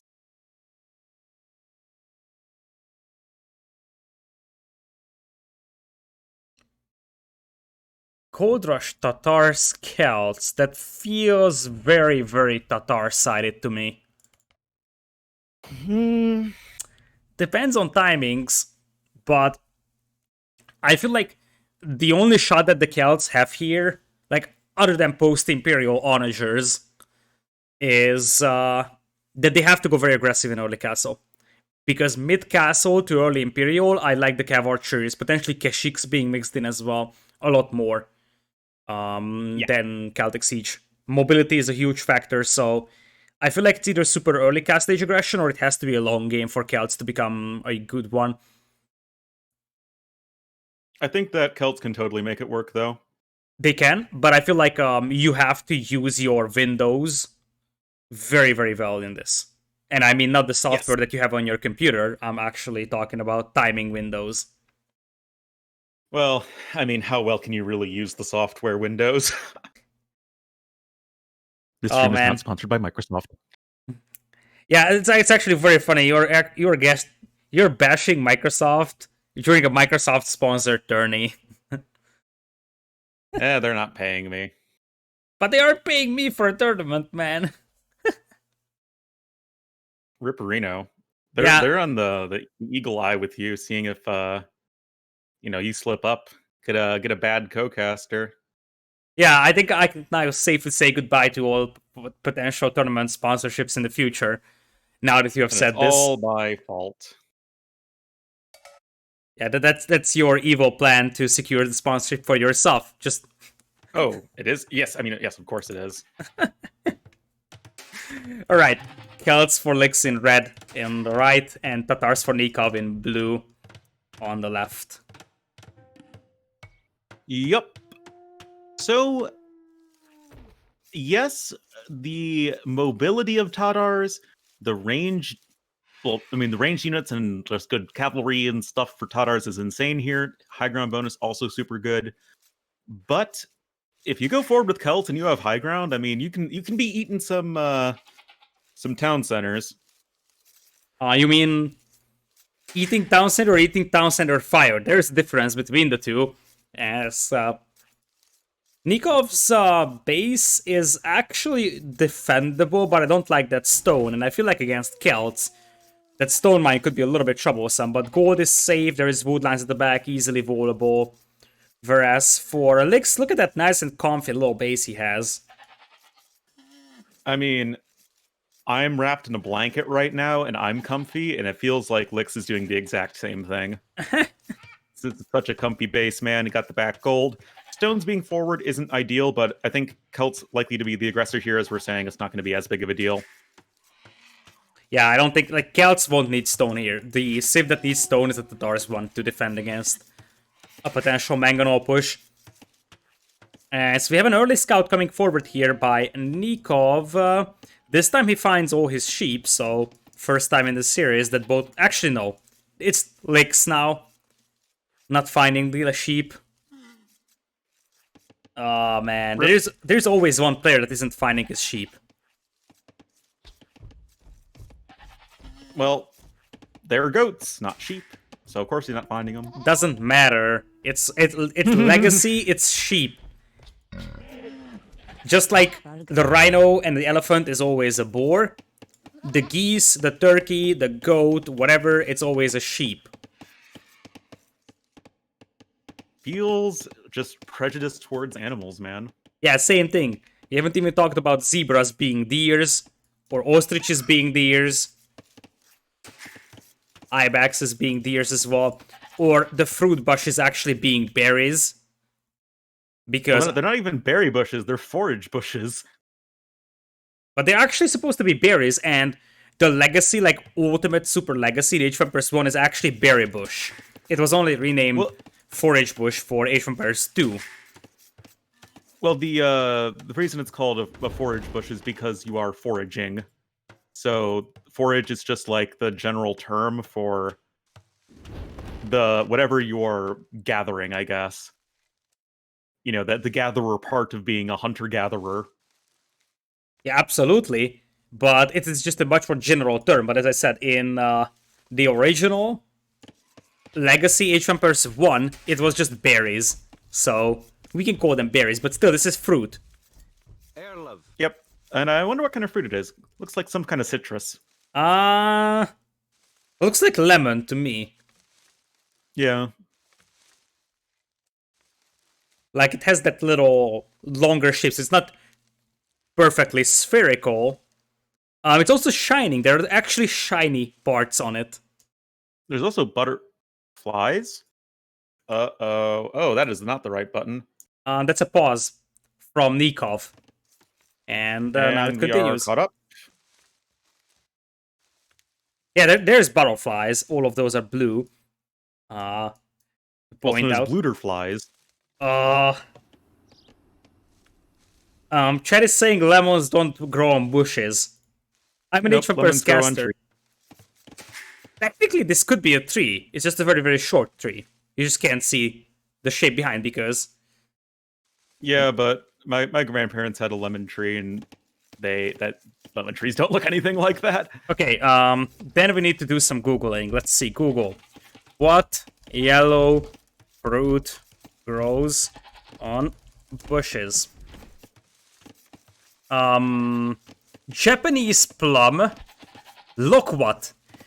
The loquat, Eriobotria japonica, is a large evergreen shrub or tree grown commercially for its orange fruit and for its leaves for tree, known as biwa-cha, in Japan, and also cultivated as an ornamental plant.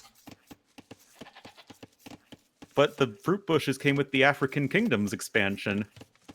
Okay, it's fine. It's Dark Age. We have time for this. What yellow fruit grows on bushes in Africa? Still loquat is the first one.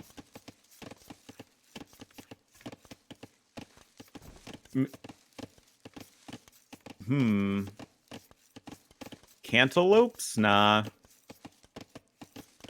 What fruits grow on bushes? A kumquat? Do those grow in bushes? I feel like those grow on trees. I feel like most citrus grows on trees.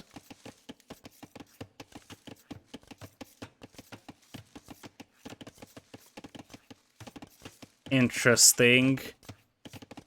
Indigenous South African fruit. There's a South African fruit that doesn't actually have a name listed here. On Google, that's yellow and grows on a bush. Ah. That's it then. Detectives Ornlu and Lita solving it. Yeah. I already see the YouTube comments after this. I'm uploading this. Oh, you're not casting the game, you're talking about yellow fruit. Hey, here's the militia. That's your casting. Yeah, there you go. Anyway, upgrade your militia to the more powerful men-at-arms. Yep. So that's going to be on the way here for Nicov, who's got a very fast uptime. Well, I guess relative for this map. And Lix is probably just going to be going for... Actually, no, both players actually went with the fast uptime. Yeah, it's men-at-arms from both. Lix cancelled the men-at-arms upon seeing that Nicov has 4. But Nicov is going to continue with the men-at-arms and march straight forward to the opponent's base. Now, Lix can always run away from any fight because he's got the Celtic speed bonus. So I guess that's why Nicov didn't bother chasing. Yep. Just give me some archers at home here for Lix. He is fully walled. He is nice and safe. Okay, apparently, Lita, it is called Strychnos spinosa is the scientific name. Is that 100% confirmed? It's confirmed by NoobTuber. Oh, come on, that's like not even close to 5% confirmed. I was hoping that Sission hops into the chat and says, oh, look, guys, this is the fruit that we imagined for this. Oh, man. Also, Nicov had a bit of a fail house on the north of his base. It's not walling out anything. It's better to be safe than sorry, I have to give him that. What I think is a bigger fail is that 2 villagers are idle on his wood line, and remember that in KOTD, Nicov had a rough time with the wood lines, if you remember that. That's a good point, actually, and... Ow. Are those villagers actually bugged? Yes, they're bugged. Oh no! Nicov is being haunted by this bug. Remember that KOTD, he basically lost 1 game on this bug, and he was so angry about that. Yep.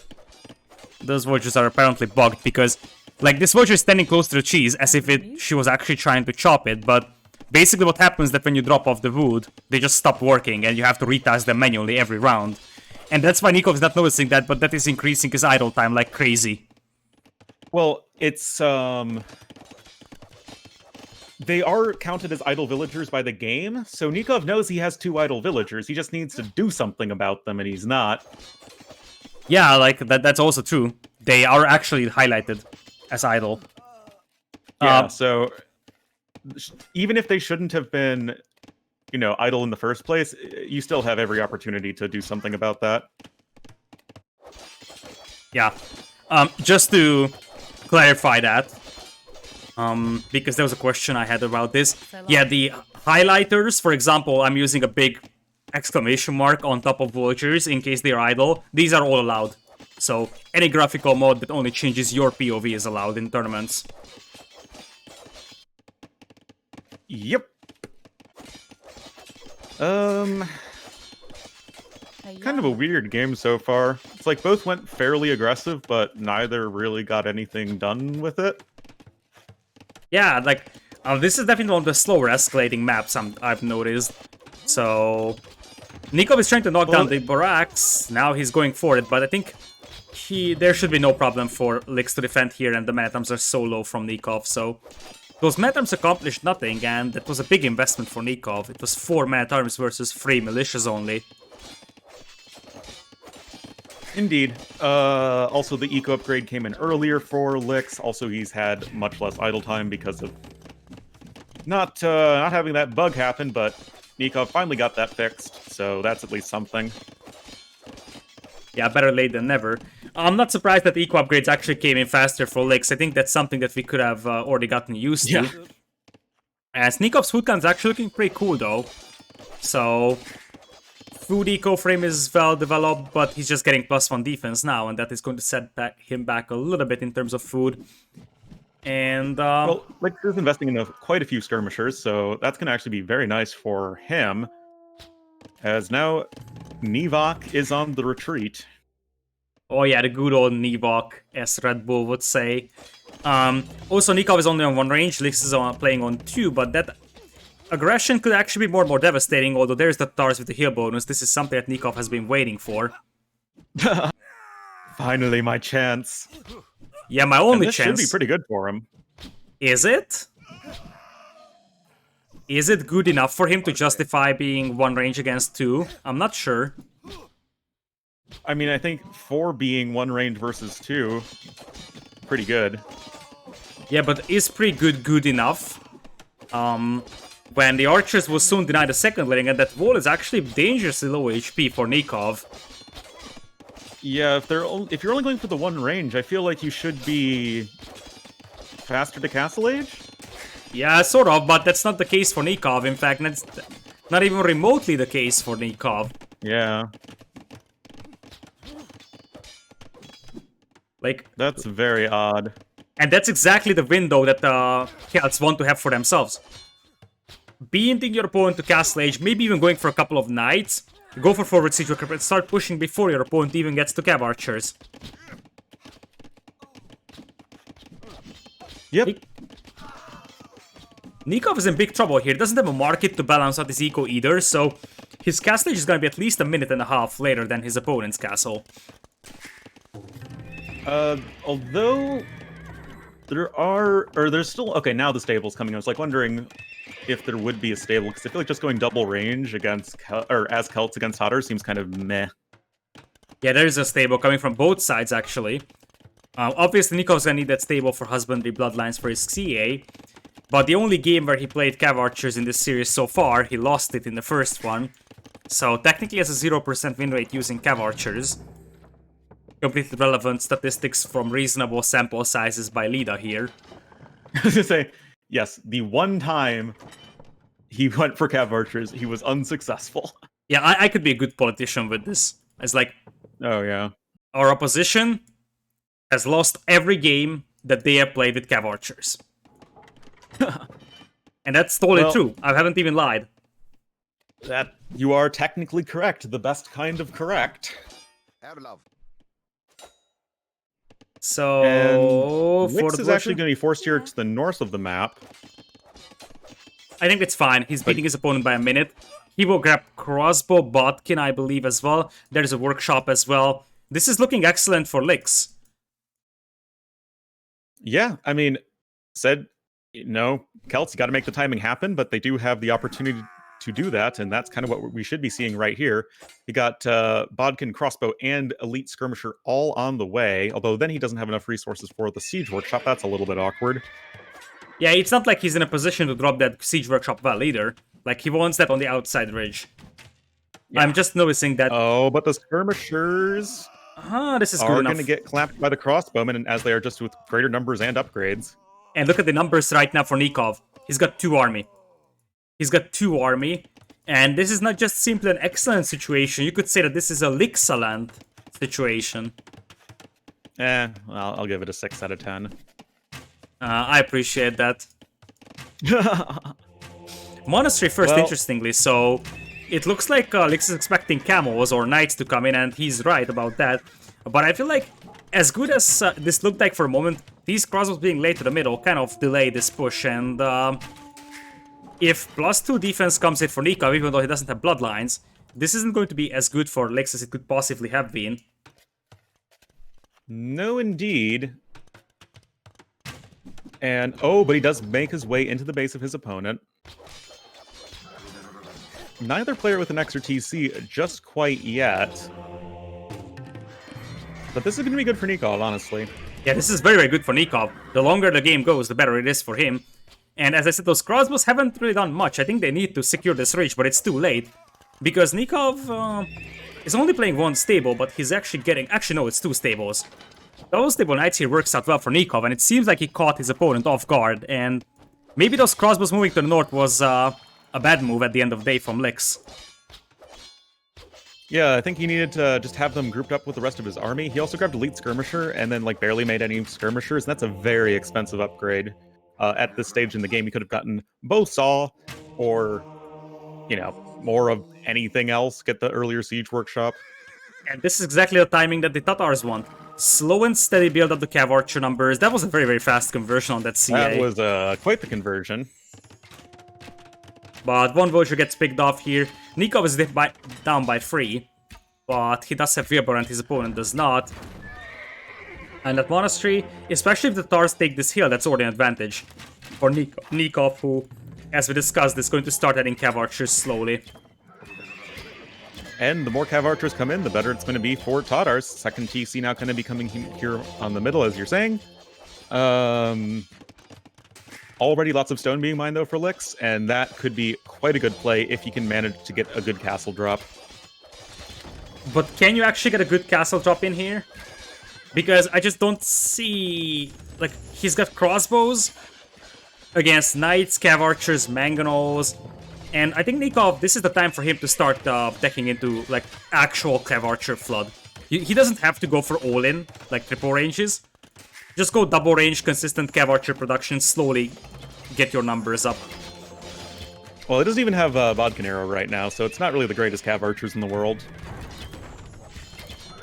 Yeah, but you can't actually just keep staying on knights, because eventually the Celts will just go for pikemen, if that's the case. Oh, looks like Nicov wants to make something happen right here.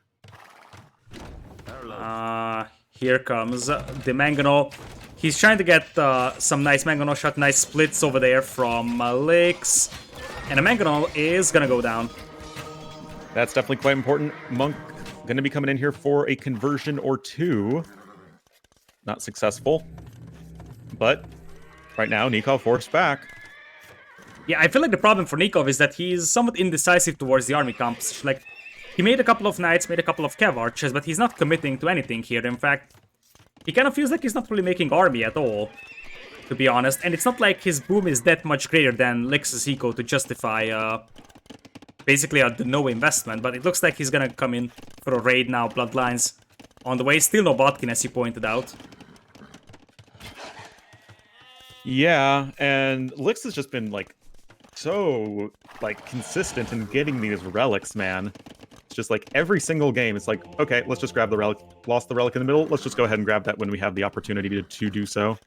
The quick was coming just in time here for Lix. His own villagers nearly lamed him, but that's still a couple of villagers 12 killed. HP on that house. Oh, I feel like if Nicov committed to the 12 HP house, he could have gotten it. Yeah, but he's stretching out the defense of his opponent so much, and at this current stage in this game, Cav Archer mobility is important, and Nicov is now definitely going for more Cav Archers. So, okay, there is Botkin. I was scared for a moment he's gonna forget about it, but nope, that's not the case. And he's got 34 on foot. Tatar is escalating that boom like crazy. And, I mean, this is the stage in the game where Celts feel bad, man. Yeah, this is exactly, we're getting close to bad monks. And that's gonna be a Mangonel with a Tatar here bonus. Nice Mangonel micro from Lix. I think now Nicov has to commit to this. Well, no, he's gonna cut his losses instead. I think he lost way too much not to commit to that anymore. And, like, his knights will become obsolete eventually, so he's gonna have to use them for something. He's +2. I mean, they're pretty good. He's actually grabbing Forging now, so it seems like he's going for a mixture of Knights and Cav Archers, but I feel like now it would be just better if he just goes for, like, almost exclusively CA. I mean, Lix can bring in Scorpions and Mangonels, but you can mix in a couple of Knights. You don't need +1, +2 for those Knights to become efficient at sniping siege weapons. And there's the Pikeman from Lix. And here come the... Oh, I thought the villagers were coming forward to drop a castle, but nope, they're just going to the side. You they can could afford a be. castle if you're Lix right now. And this will be the moment where you drop a castle on that hilltop. That's the highest point Yeah. on the map. So if you drop a castle anytime in this game, if you're Lix, you drop it now. And that's an overchop, right? Yeah. Feels Lix, man. There's Pikeman now to help clean this one up, and as scary as it looked like, this is going to be a really underwhelming raid from Nicov. Feels bad, man. Looks like Lix is playing this one safe, as he's going to drop a castle there, but that once again just gives time for Nicov to get Cav Archers, and finally he's making Cav Archers once again. He's going to be on stone, and Cav Archer Kashik is something that Celts will struggle against so badly. At least until they get to late game, yeah. But that's gonna be hard to do. Nicov once again Especially sloppy, losing another Mangonel. Oh my goodness. That was so sloppy. And now, you could take this fight if you're Nicov. Or not. Yeah. Yeah, definitely. Yeah, you can jump on it, so you have Tatar heal bonus, man. You can definitely take that. You have to snipe the siege weapons. That wasn't a What great... was that? This wasn't as good from Nicov as I imagined it. He didn't really snipe the siege weapons from the opponent. Now he's doing that, though. Now he's doing that. This ends up being good for Nicov, I believe, because he pretty much finishes off the entire army of the opponent here. Oh, the Mangonel survives with 1 HP. Yeah, like, Nicov still took like a 3 out of... Oh, Imperial. Imperial from Lix, though. And that could change things here really fast, because Nicov didn't take a good enough fight here, and now it's more stables for a light cav. Why? Why light cav here for Nicov? Does he feel like he's just going to... Yeah, does he feel like he's just going to lose the middle, or what? Getting heavy blow bows, so that's going to set him back in terms of Imperial Age a little bit. But on this map, it's all about 1 power spike. If you beat your opponent to Imp, Nicov is going to find a lot of vultures. By the way, these CA don't even have ballistics, or... Well, they have thumb ring, but no ballistics. They're not good CA. I feel like Nicov is somewhat struggling deciding what to do. Yeah. A bit odd. Now Scale Mail coming in, and I mean, we're going to see Celts switch into JAMA Warriors, and probably some Pikemen and Siege and stuff. Yeah, I'm not 100% convinced on what Nicov is doing, as Nicov is trying to get a castle up here in the middle. And should be able to do that, because those Void Raiders don't really have much right now, and Nicov still has the better eco. Nicov... Whoa.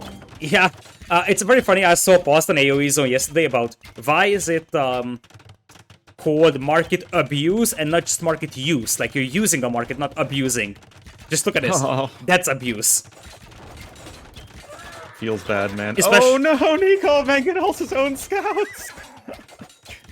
Nicov. Nicov, all those scouts. Nicov. That being said, he's still quite late into Imperial, and that's his only castle. But with Kashyyyks, he might actually be able to snipe traps, but I feel like that castle is gonna be gone soon. It's going to be tricky for sure. Still, though, Nicov has the better eco count. He has the more quality military. And even just a few Cav Archers running in here and doing some nice damage. Yeah, imagine if and he had more. Scouts coming in too. Yeah, this could actually do quite a lot of damage here if Nicov commits. I think Nicov has gotta commit because he sees his opponent is in Imperial, so you gotta do big damage.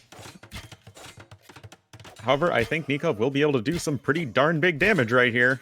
Yeah, it's actually very, very nice. Most importantly, Lix doesn't have stone, which could be important when it comes to repairing the castles later on. He does have 2 of them, though.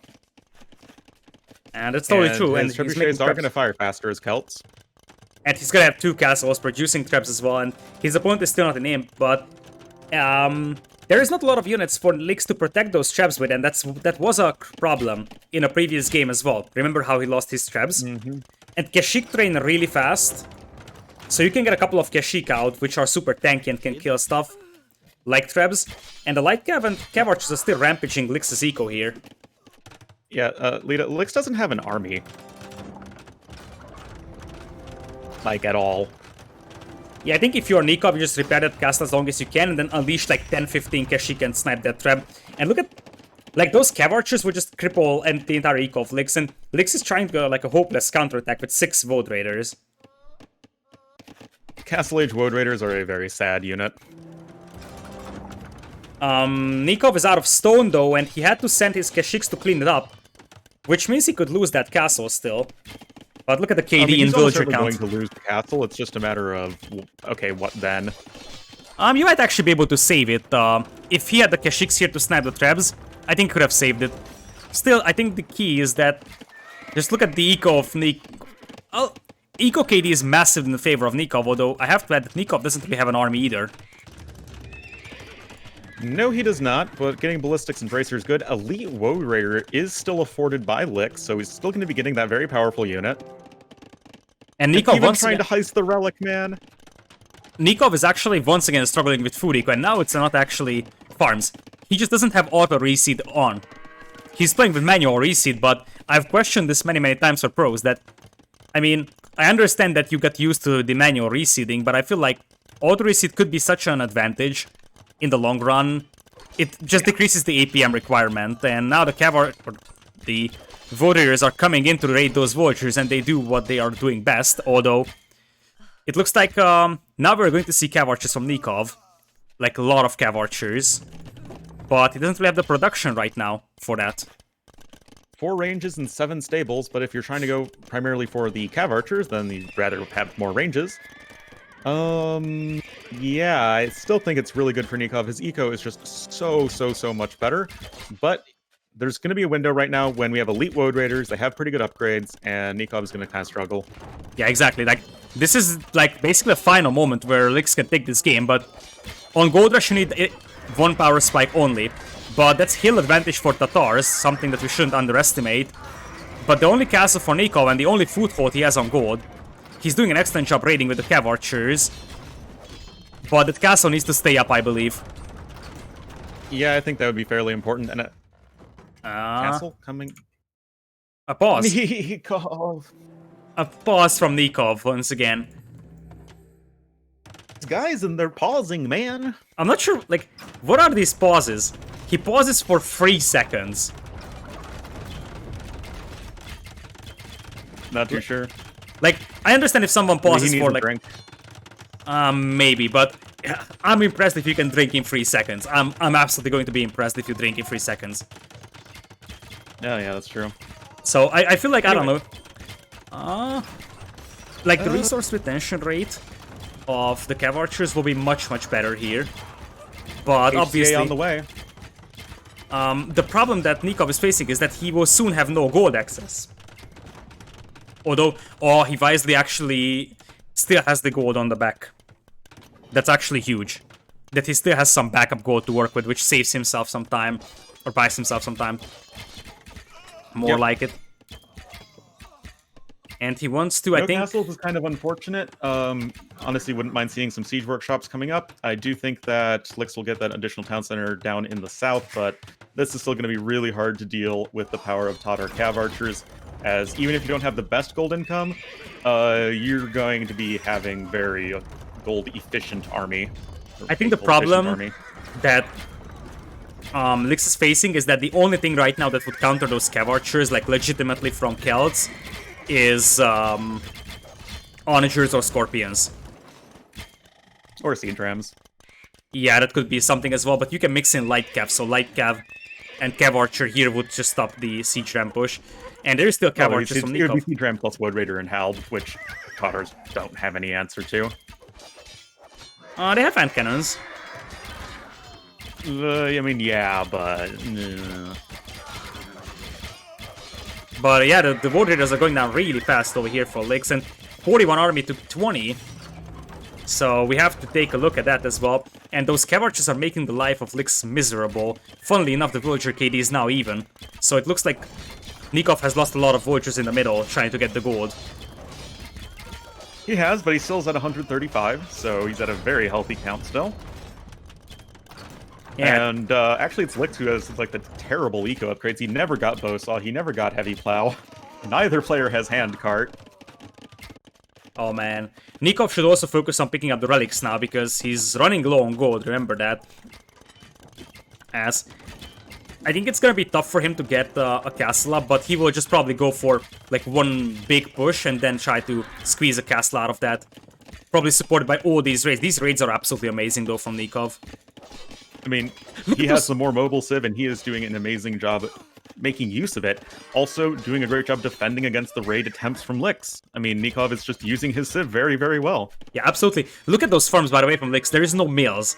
One of those are like 1, 2, 3, 4, 5, 5th layer farms. Look at this. This would actually be a nice farming with Khmer. But these are like completely random farms in the middle of nowhere, missing meals, and that's a lot of Cav Archers breaking into the right side. And it's not like Nicov is ignoring the middle. That's the beautiful thing. His army is big enough that he can raid on the left, raid on the right, and now make a push with Siege Ram in the middle. And that's exactly what he wants. Just distraction on the right, all the Woad Raiders moving there, and suddenly the traps go down. Rams will knock down that castle, and I think Nicov wants to get a castle up himself right now. Yep, and that would be pretty much, I think, a seal the deal sort of play. Yeah, I think even getting upgrades. I think definitely as Todders, you want to be getting all those armor upgrades, and your Cav Archers just become so freaking tanky. Yeah, Siege Drone is huge. 190 population against 130 only. It's not completely gone for Licks because you should never count out the option of being able to completely deny gold, but I feel like if that castle goes down on the hill, that will allow Nicov to get his own castle up on the outside, and then he's gonna have gold, he's gonna have the stronger eco, and he's gonna have the better army. And I mean Nicov has gold right now, too. Also, he built 2 mining camps right next to each other. that's cute. What is that? Like, that placement reminds me of how you place banks in AoE, free. Yeah, kinda.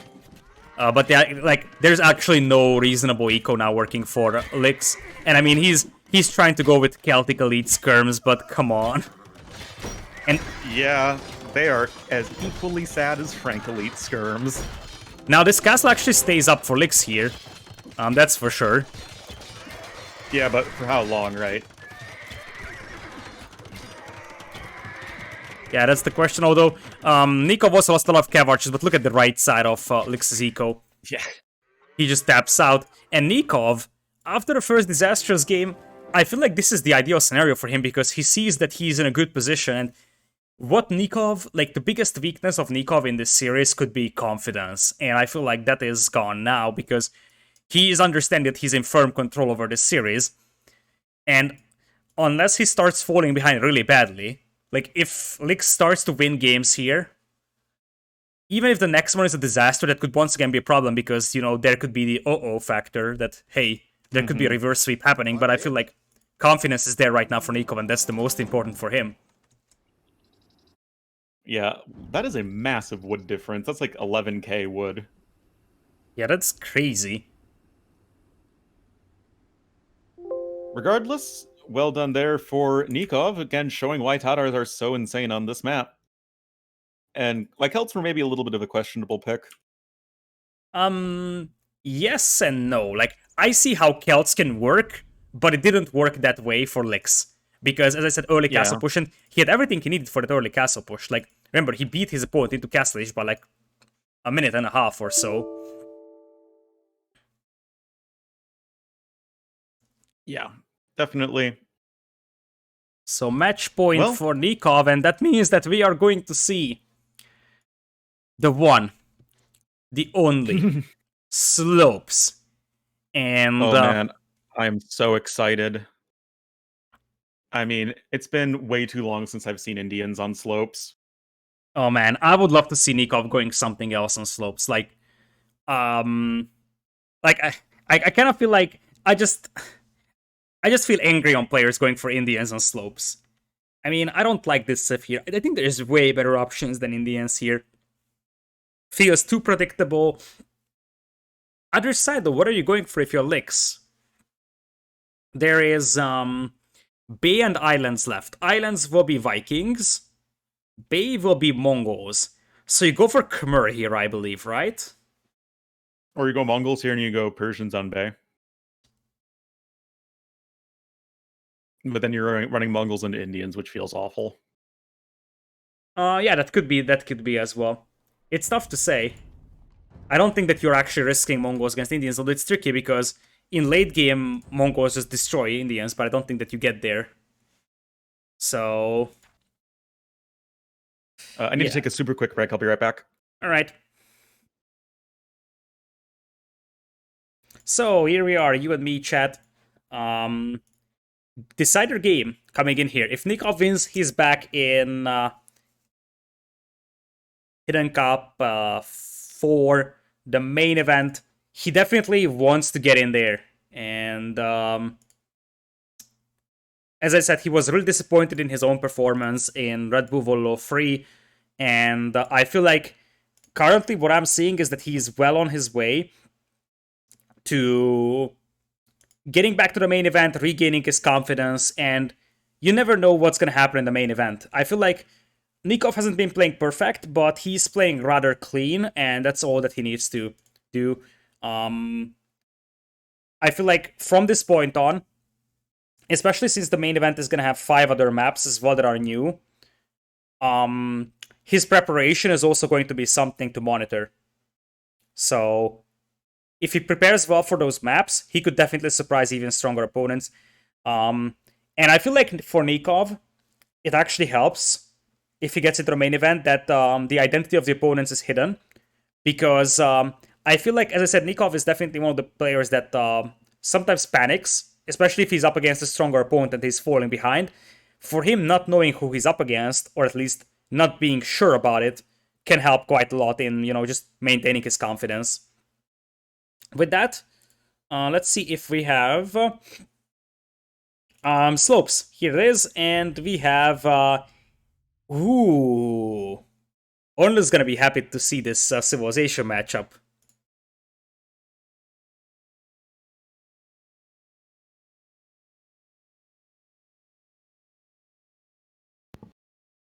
I return. And you will be surprised. I was already teasing you with this, or well, teasing my chat with this on the Civ matchup. Oh no. It's Indians, but what is the other Civ? The Vikings. It's Vikings. Yes, indeed, it is. So that's a somewhat unconventional play, although that, like, you would assume that Vikings will be the pick for Licks on islands, but then we realize, oh wait, islands? Licks is just gonna go whatever he can. Like, Licks is fine going, I don't know, Turks on islands, or Mayans as well. Doesn't really matter for him. And that's a shame on us moment. yeah. Like, logic would dictate that you go Vikings on islands, but Lix isn't playing based on logic. He's playing on Lix things. So we're gonna have Lix as Vikings on the left as red, and the right side is gonna be Nicov with the one and only Indians pick here. Do you like Vikings against Indians? Because I think I do. Oh yeah, I think Vikings have a great matchup against Indians. On both land and sea. Yeah, I guess it's land what is matters for us here. This is why I don't like Indians here the most on this map. It's just so predictable that you go Indians that your opponent can counter pick you. And I think, I'm not sure if Nicov expected Vikings here. I think Nicov might have expected something else as well himself, thinking that Vikings will be used on islands. Well, to be honest, I think that Indians are so good on this map that that what would be a very favored Civ matchup, like Vikings versus Indians, becomes an even matchup because Indians are so good here. Because the thing with Vikings is that they have no Dark Age bonus. Well, if you can't build docks, which you can't. So Indians can still take map control early on and get those critical side resources. Yeah, that's definitely true. But I feel like Viking is actually a good idea against this, because you will have a very strong eco by yourself, so you can sort of compensate for Indians having that big food eco lead. Free only on wood for Nicov, so that's going to be a scouts build from him. Whereas for Lix, I think you open man-at-arms here with Vikings. Yeah, I think you can open man-at-arms with Vikings, just... Oh my god, don't play with my heart like that, Nicov. Almost killed the boar with his TC. It's good thing that I looked away. Lix already lost the board to a TC, and so far, based on, once again, the completely representative statistics, the player that lost the board to a town center has a 0% win rate in the game that he lost it. Yep. Indeed. Well, So, we'll have to see what these guys go for here. We've seen some feudal aggression, we've seen some fast castle play. To me, the question becomes, okay, who's going to go take those side resources first? Because that seems to be by far the best game plan. Doesn't really matter what civ you are, but obviously, especially if you are Indians. I have a feeling that it is not Lix, because he's building a mill on his berries. Speaking of the berries, what kind of berries are those? They're heart-shaped. There's actually a lot of heart shapes in them. Okay, I don't see a heart. Yeah, I don't get it. Just look closer. Oh, like an anatomical heart. Yeah. Yeah, I can see that. I was thinking, like a heart shape, like a Valentine's Day heart shape. So it looks like both of them are playing berries. And I'm very disappointed in this. yeah, I could sort of say I am very disappointed in this. I literally just made that joke, Lita. Come on, man. I heard very, and I was hoping that you don't make jokes like that so I can actually do it myself. Oh man. I feel like picking Indians just to pick berries is the biggest waste though. Like, if you just play Indians here and Gundulunko for Shortfish, you might as well, I don't know, just play with a plugged off keyboard. I mean, it's like, if you're not going for the Shorefish, then just go play a good Arabia Civ. Yeah, sort which of. Indians are not. Yeah, Indians are not even I mean, they're not remotely like close. a disaster, but they're not amazing. I much prefer Vikings as like an Arabia Civ. If that's what both these guys are doing. It looks like it's a 21 pop Man-at-Arms build from Nicov, whereas Alex is also going to open Man-at-Arms. Needless to say, Viking Man-at-Arms are much better than Indian Man-at-Arms are, though Lix isn't really well walled. Well, neither player is really walled, though some quick walls on the wood line, but those were even just deleted as well. And it's going to be 21 versus 22 pop Man-at-Arms, so it's a little bit more aggressive, a little bit more of an aggressive play here for Nicov. It's interesting that he could squeeze in 21 pop Man-at-Arms, because you can't push in deer here. You don't have Shorefish. I guess it's just the cheaper Voyagers, right? With Indians. Yep, you're getting like, what, plus 60 food or so at this point. So, that, like, honestly, that might be the purpose of picking Indians here, which obviously feels like, yeah, it's nice, but this could have been done with something else as well. So I'm still not 100% sure. Now, the idea might be that he's actually trying to apply pressure with Man-at-Arms and then later on move out for the Shorefish and, you know, kind of get that fish boost as a second effort thing. As he sees the barracks as well, he's gonna know that there is Man-at-Arms inside and that Scout might actually be trapped in there at the end of the day. Nope, it's not. Faster Feudal Age means he will be able to slip through. Man-at-Arm upgrade instantly queued up. And, well, we're still seeing nobody go to the Shorefish yet. I feel like for Nicov, he is prioritizing archers first, and there is the Voyagers on the Shorefish, so it's a fast feudal Man-at-Arms pressure into pond control. And now, he sees that the militias have left. Look at this. The militias are leaving to the right side, but he immediately retreats. It's basically Man-at-Arms defense into Shorefish. Personally, I think you could have gone to these in Dark Age, and like the same exact thing would have happened, but overall, the game plan of, okay, we're going to be Indians, we're going to go for a quick uptime just to secure us having access to the super good fish, well, super good food resource, and our opponents not. Like, I think that's just a really good game plan. Yeah, I also like this game plan quite a bit. Especially because you probably anticipated Man-at-Arms once you have seen like Vikings. Because Viking Drush is actually very underwhelming. Like, it's just a standard Drush. You don't get any eco bonus to help it out. And you don't get the stronger militias in Dark Age. So if it's Vikings, you're better off with a Man-at-Arms play. Yeah, that's why I think that going like Drush Flush with Vikings is just really underwhelming. Because as Vikings, you want to be in Dark Age as little as possible because you want to get that free wheelbarrow and then the extra infantry HP. But that is attacking downhill right there for Lix. Nicov! Oh, that's a disaster. And those are Viking Man-at-Arms as well. What happened? What happened he was getting here? more downhill hits. Yeah, it seems like it, but I mean, Lix even had the extra HP on those militias, so that was a very decisive fight for Nicov. And two Man-at-Arms are still alive in fairly decent condition. And if you take a look at Lix, he's getting archers up right now. His gold mine isn't amazing either, so I could see Nicov even trying to sneak a tower up on him there. Is there any Voyagers? No, there isn't. That we're having Lix wall a bit further back. So long as he's not caught out of position before the walls are done, but I at least like the idea. Yeah, the idea is good, but still that gold mine could be denied by a tower, and I feel like that's definitely something that Nicov could actually play for.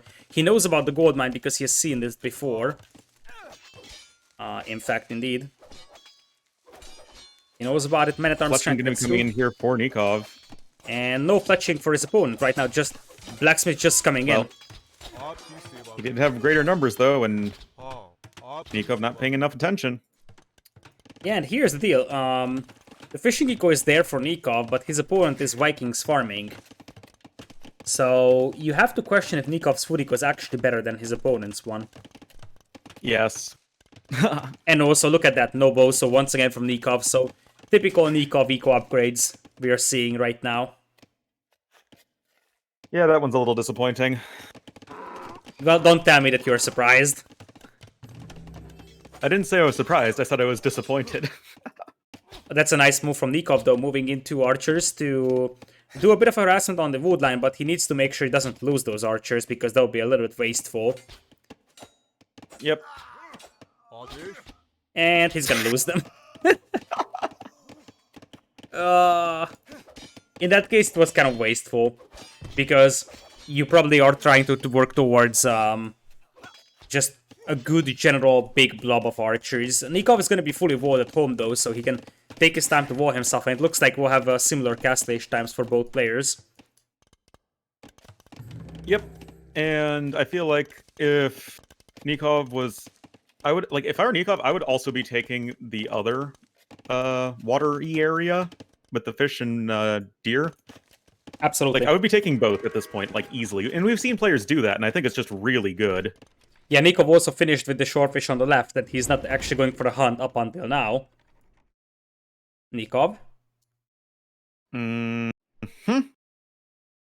That's a bit of an idle time for him, something that we have seen. I don't know, maybe he doesn't have his idle villager hotkey on.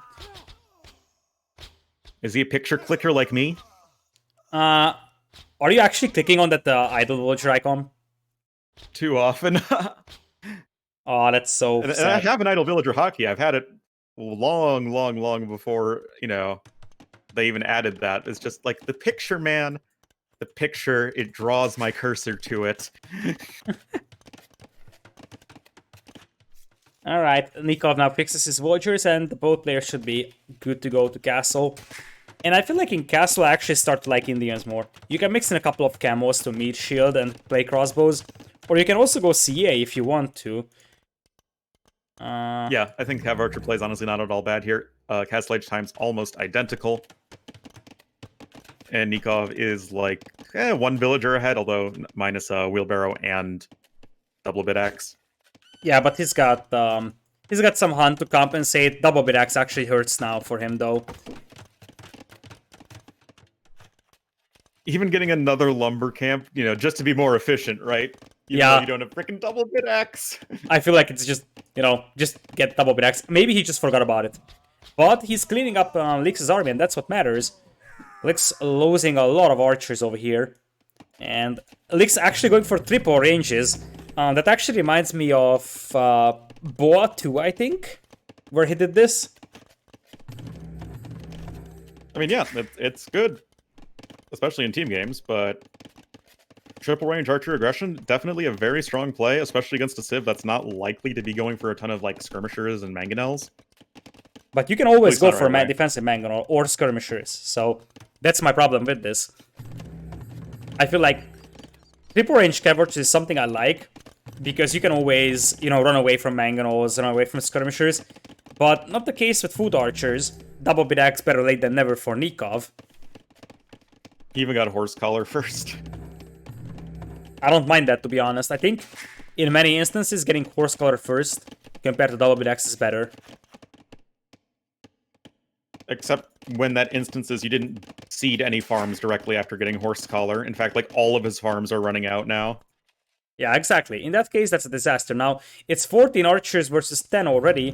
Nicov is getting crossbow himself, but most of his archers are on the front line, so his army is kind of split up here. Luckily for him, Lix isn't going to know what's inside those ranges, so he won't actually risk committing in this side. And striking from two sides at once is Nicov. This is really nice. Yeah, indeed, that's actually very nice. Trying to build a town center. Contrast the gold mine and the mill bills over here. Yeah, but look at the other side. I said Lix isn't going to commit, but I think he knows. I think he knows that he's got the numbers here. because he knows that Nicov has the archers on the front, and if Nicov has the archers on the front, you have your archers over here in numbers advantage. Well, that's gonna be quite good. That's actually very, very good. Funnily enough, it's only 4 villagers killed. I just jinxed Nicov so badly here. Oh my goodness, he did not see this coming. Yeah, like, I didn't even bother looking back at Nikov's face because he said that, yeah, Lix isn't going to commit, so I was just continuously looking at Nikov's attack, and it's like, nope, nope. Oh, no. Yeah, I don't like calling early GG's because the thing is that, I mean, Nicov is still harassing the wood line of his opponent, and Lix doesn't have safe gold income either, but Nicov is down by 8 villagers and hand card. That doesn't look nice for him. Although you have to add that now, Lix has 2 army. As dumb as it sounds, I feel like it's actually worked out for Nicov because he's denying the gold. If this gold wasn't denied, I would say that Lix is winning this game, but I dare to say that now Nicov is gonna win the game, because what can Lix do? He's scrambling to rush up a market, but look at it, he's barely able to afford crossbows. And Nikov's gonna have an awful eco.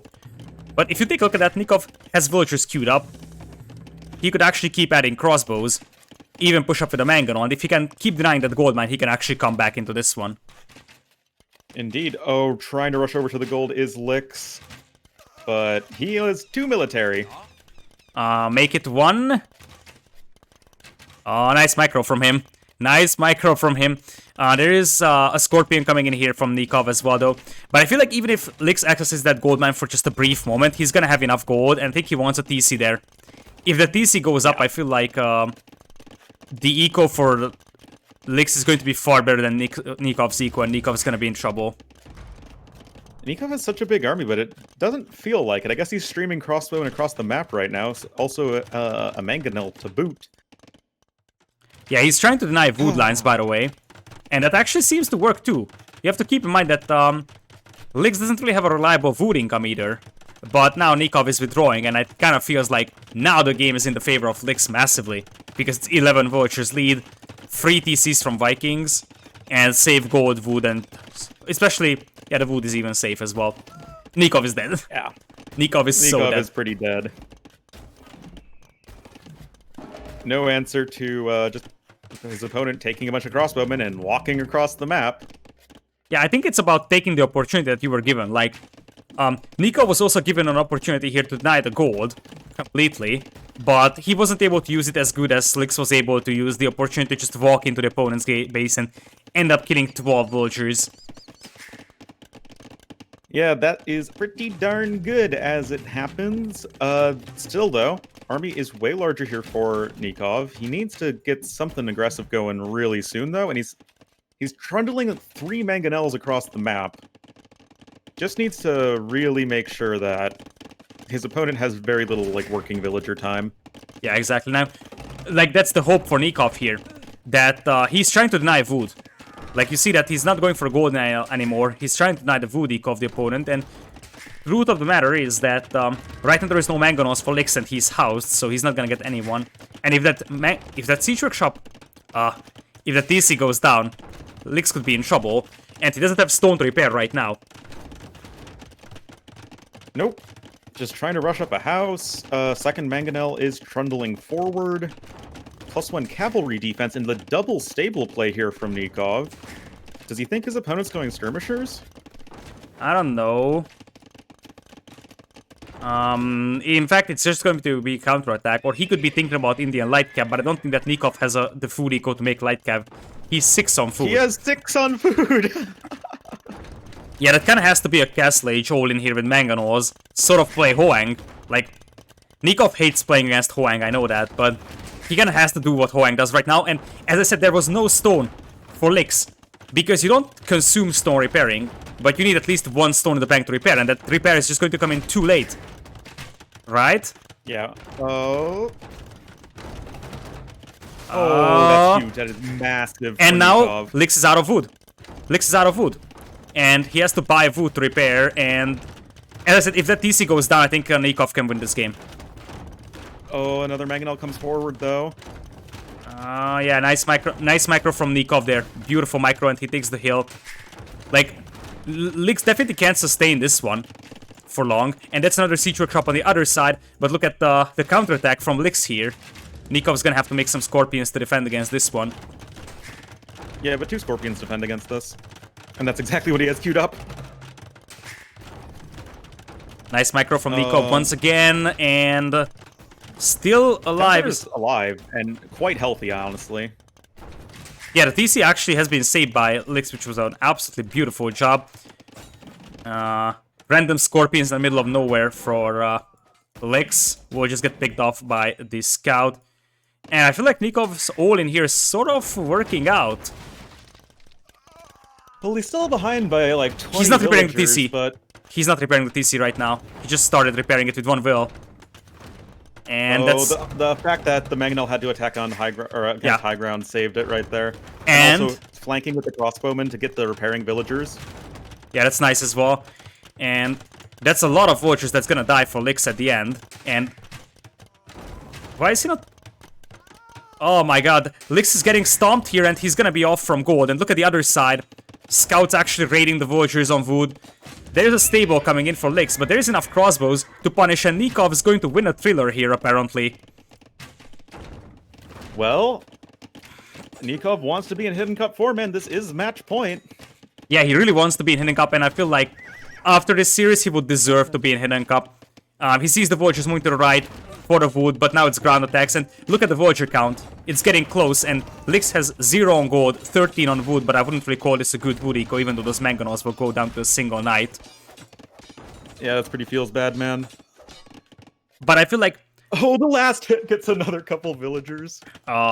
Like, considering how much Nicov was behind 5 minutes ago, I feel like he at least evened this game out, and now the Cav Archers with the mobility could start shining. Nicov is still playing 1 TC here. Just adding TC number 2, but I feel like this at least evened the game out, and in fact is a big lead, economically. Oh yeah. So much less idle time. So many fewer resources spent repairing. Yeah, and also once again those crossbows will just move on the gold mine. Nicov is just there to keep harassing and harassing with the Mangonel, with the CA. And he could once again walk in, just hit the stone mine, as Lix, I guess, wants a defensive castle. But Lix doesn't have good gold income, I'm just noticing.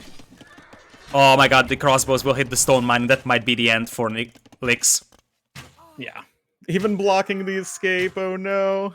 At least there is no... Mangonel, the 1-8, or the 3 HP Mangonel, I'm sorry. Oh my goodness. And I mean, there is no ballistics, that's why some of the villagers survived here for Lix, but... Just look at this side. I mean, the Knights might even clean this one up, but now Nicov is slowly taking over, and Lix's eco is an absolute mess. 0 on gold, 7 on food, 17 on wood.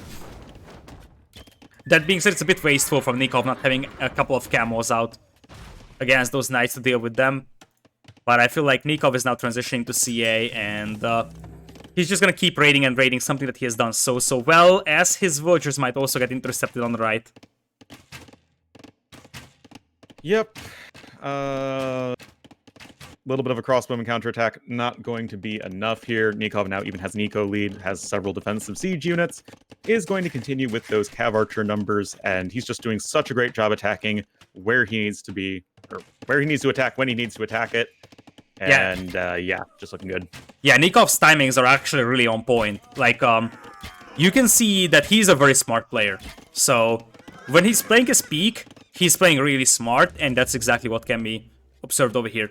He understands how the map looks like, and really uses the map to his advantage in many ways. Like, denying gold mines, raiding on multiple wood lines. Like, Lix is back in this game with well, not back in this game, but Lix is still in this game with 61 villagers, but I feel like long-term unit composition could be a problem here, and Nikov's with the Indians, boom, is just going to be crazy. There is a lead skirm, but that just leads nowhere for Vikings, basically. Yeah. And those crossbows might actually get the gold mine once again. Imagine if Nicov had ballistics. Yeah, that would obviously be absolutely massive. Even so, it's still not looking great here for Lix, just losing so much. He has lost 43 villagers and counting this game. And I would like to add that we started this after Lix's counterattack, and look at the Cav Archers as well on the south. These are without Tumbling and Ballistics. If they had Ballistics and Tumbling, that would be minus 10 Vultures already by Lix. So, like, he's actually distracting Lix inside his base with the crossbows, and he's sending in the Cav Archers, and look and see that Lix isn't reacting to it, because he just has to look everywhere. And now it's 77 Vulture against 60. The macro here for Nicov is absolutely outstanding. Like, look at this. Something really important for a 1 TC push, or at least what was 1 TC for a while. He has 47 seconds idle TC time against 1643. Like, yeah, that is amazing. I think the most amazing stat is that at some point in this game, Lix had 12 Vultures killed and 3 lost. Ever since then, he killed 1 and lost 48. Yeah. That's... And now the Cav Archers with Ballistics will be hitting the Storm Mine. Really, Nikov's raiding ability, the mobility, I feel like this game forever will show the players on this map that you need mobility for this one. We have seen Britons, Ethiopians, it seems like this tempo on this map. I firmly believe that you need mobility on this map. Yeah, but the problem is civs that have mobility die to Indians. Yeah, that's the troublesome part. I would love to see a Berbers play here, for example. Berbers die so hard to Indians, though. Depends. Berbers are awful against Indians.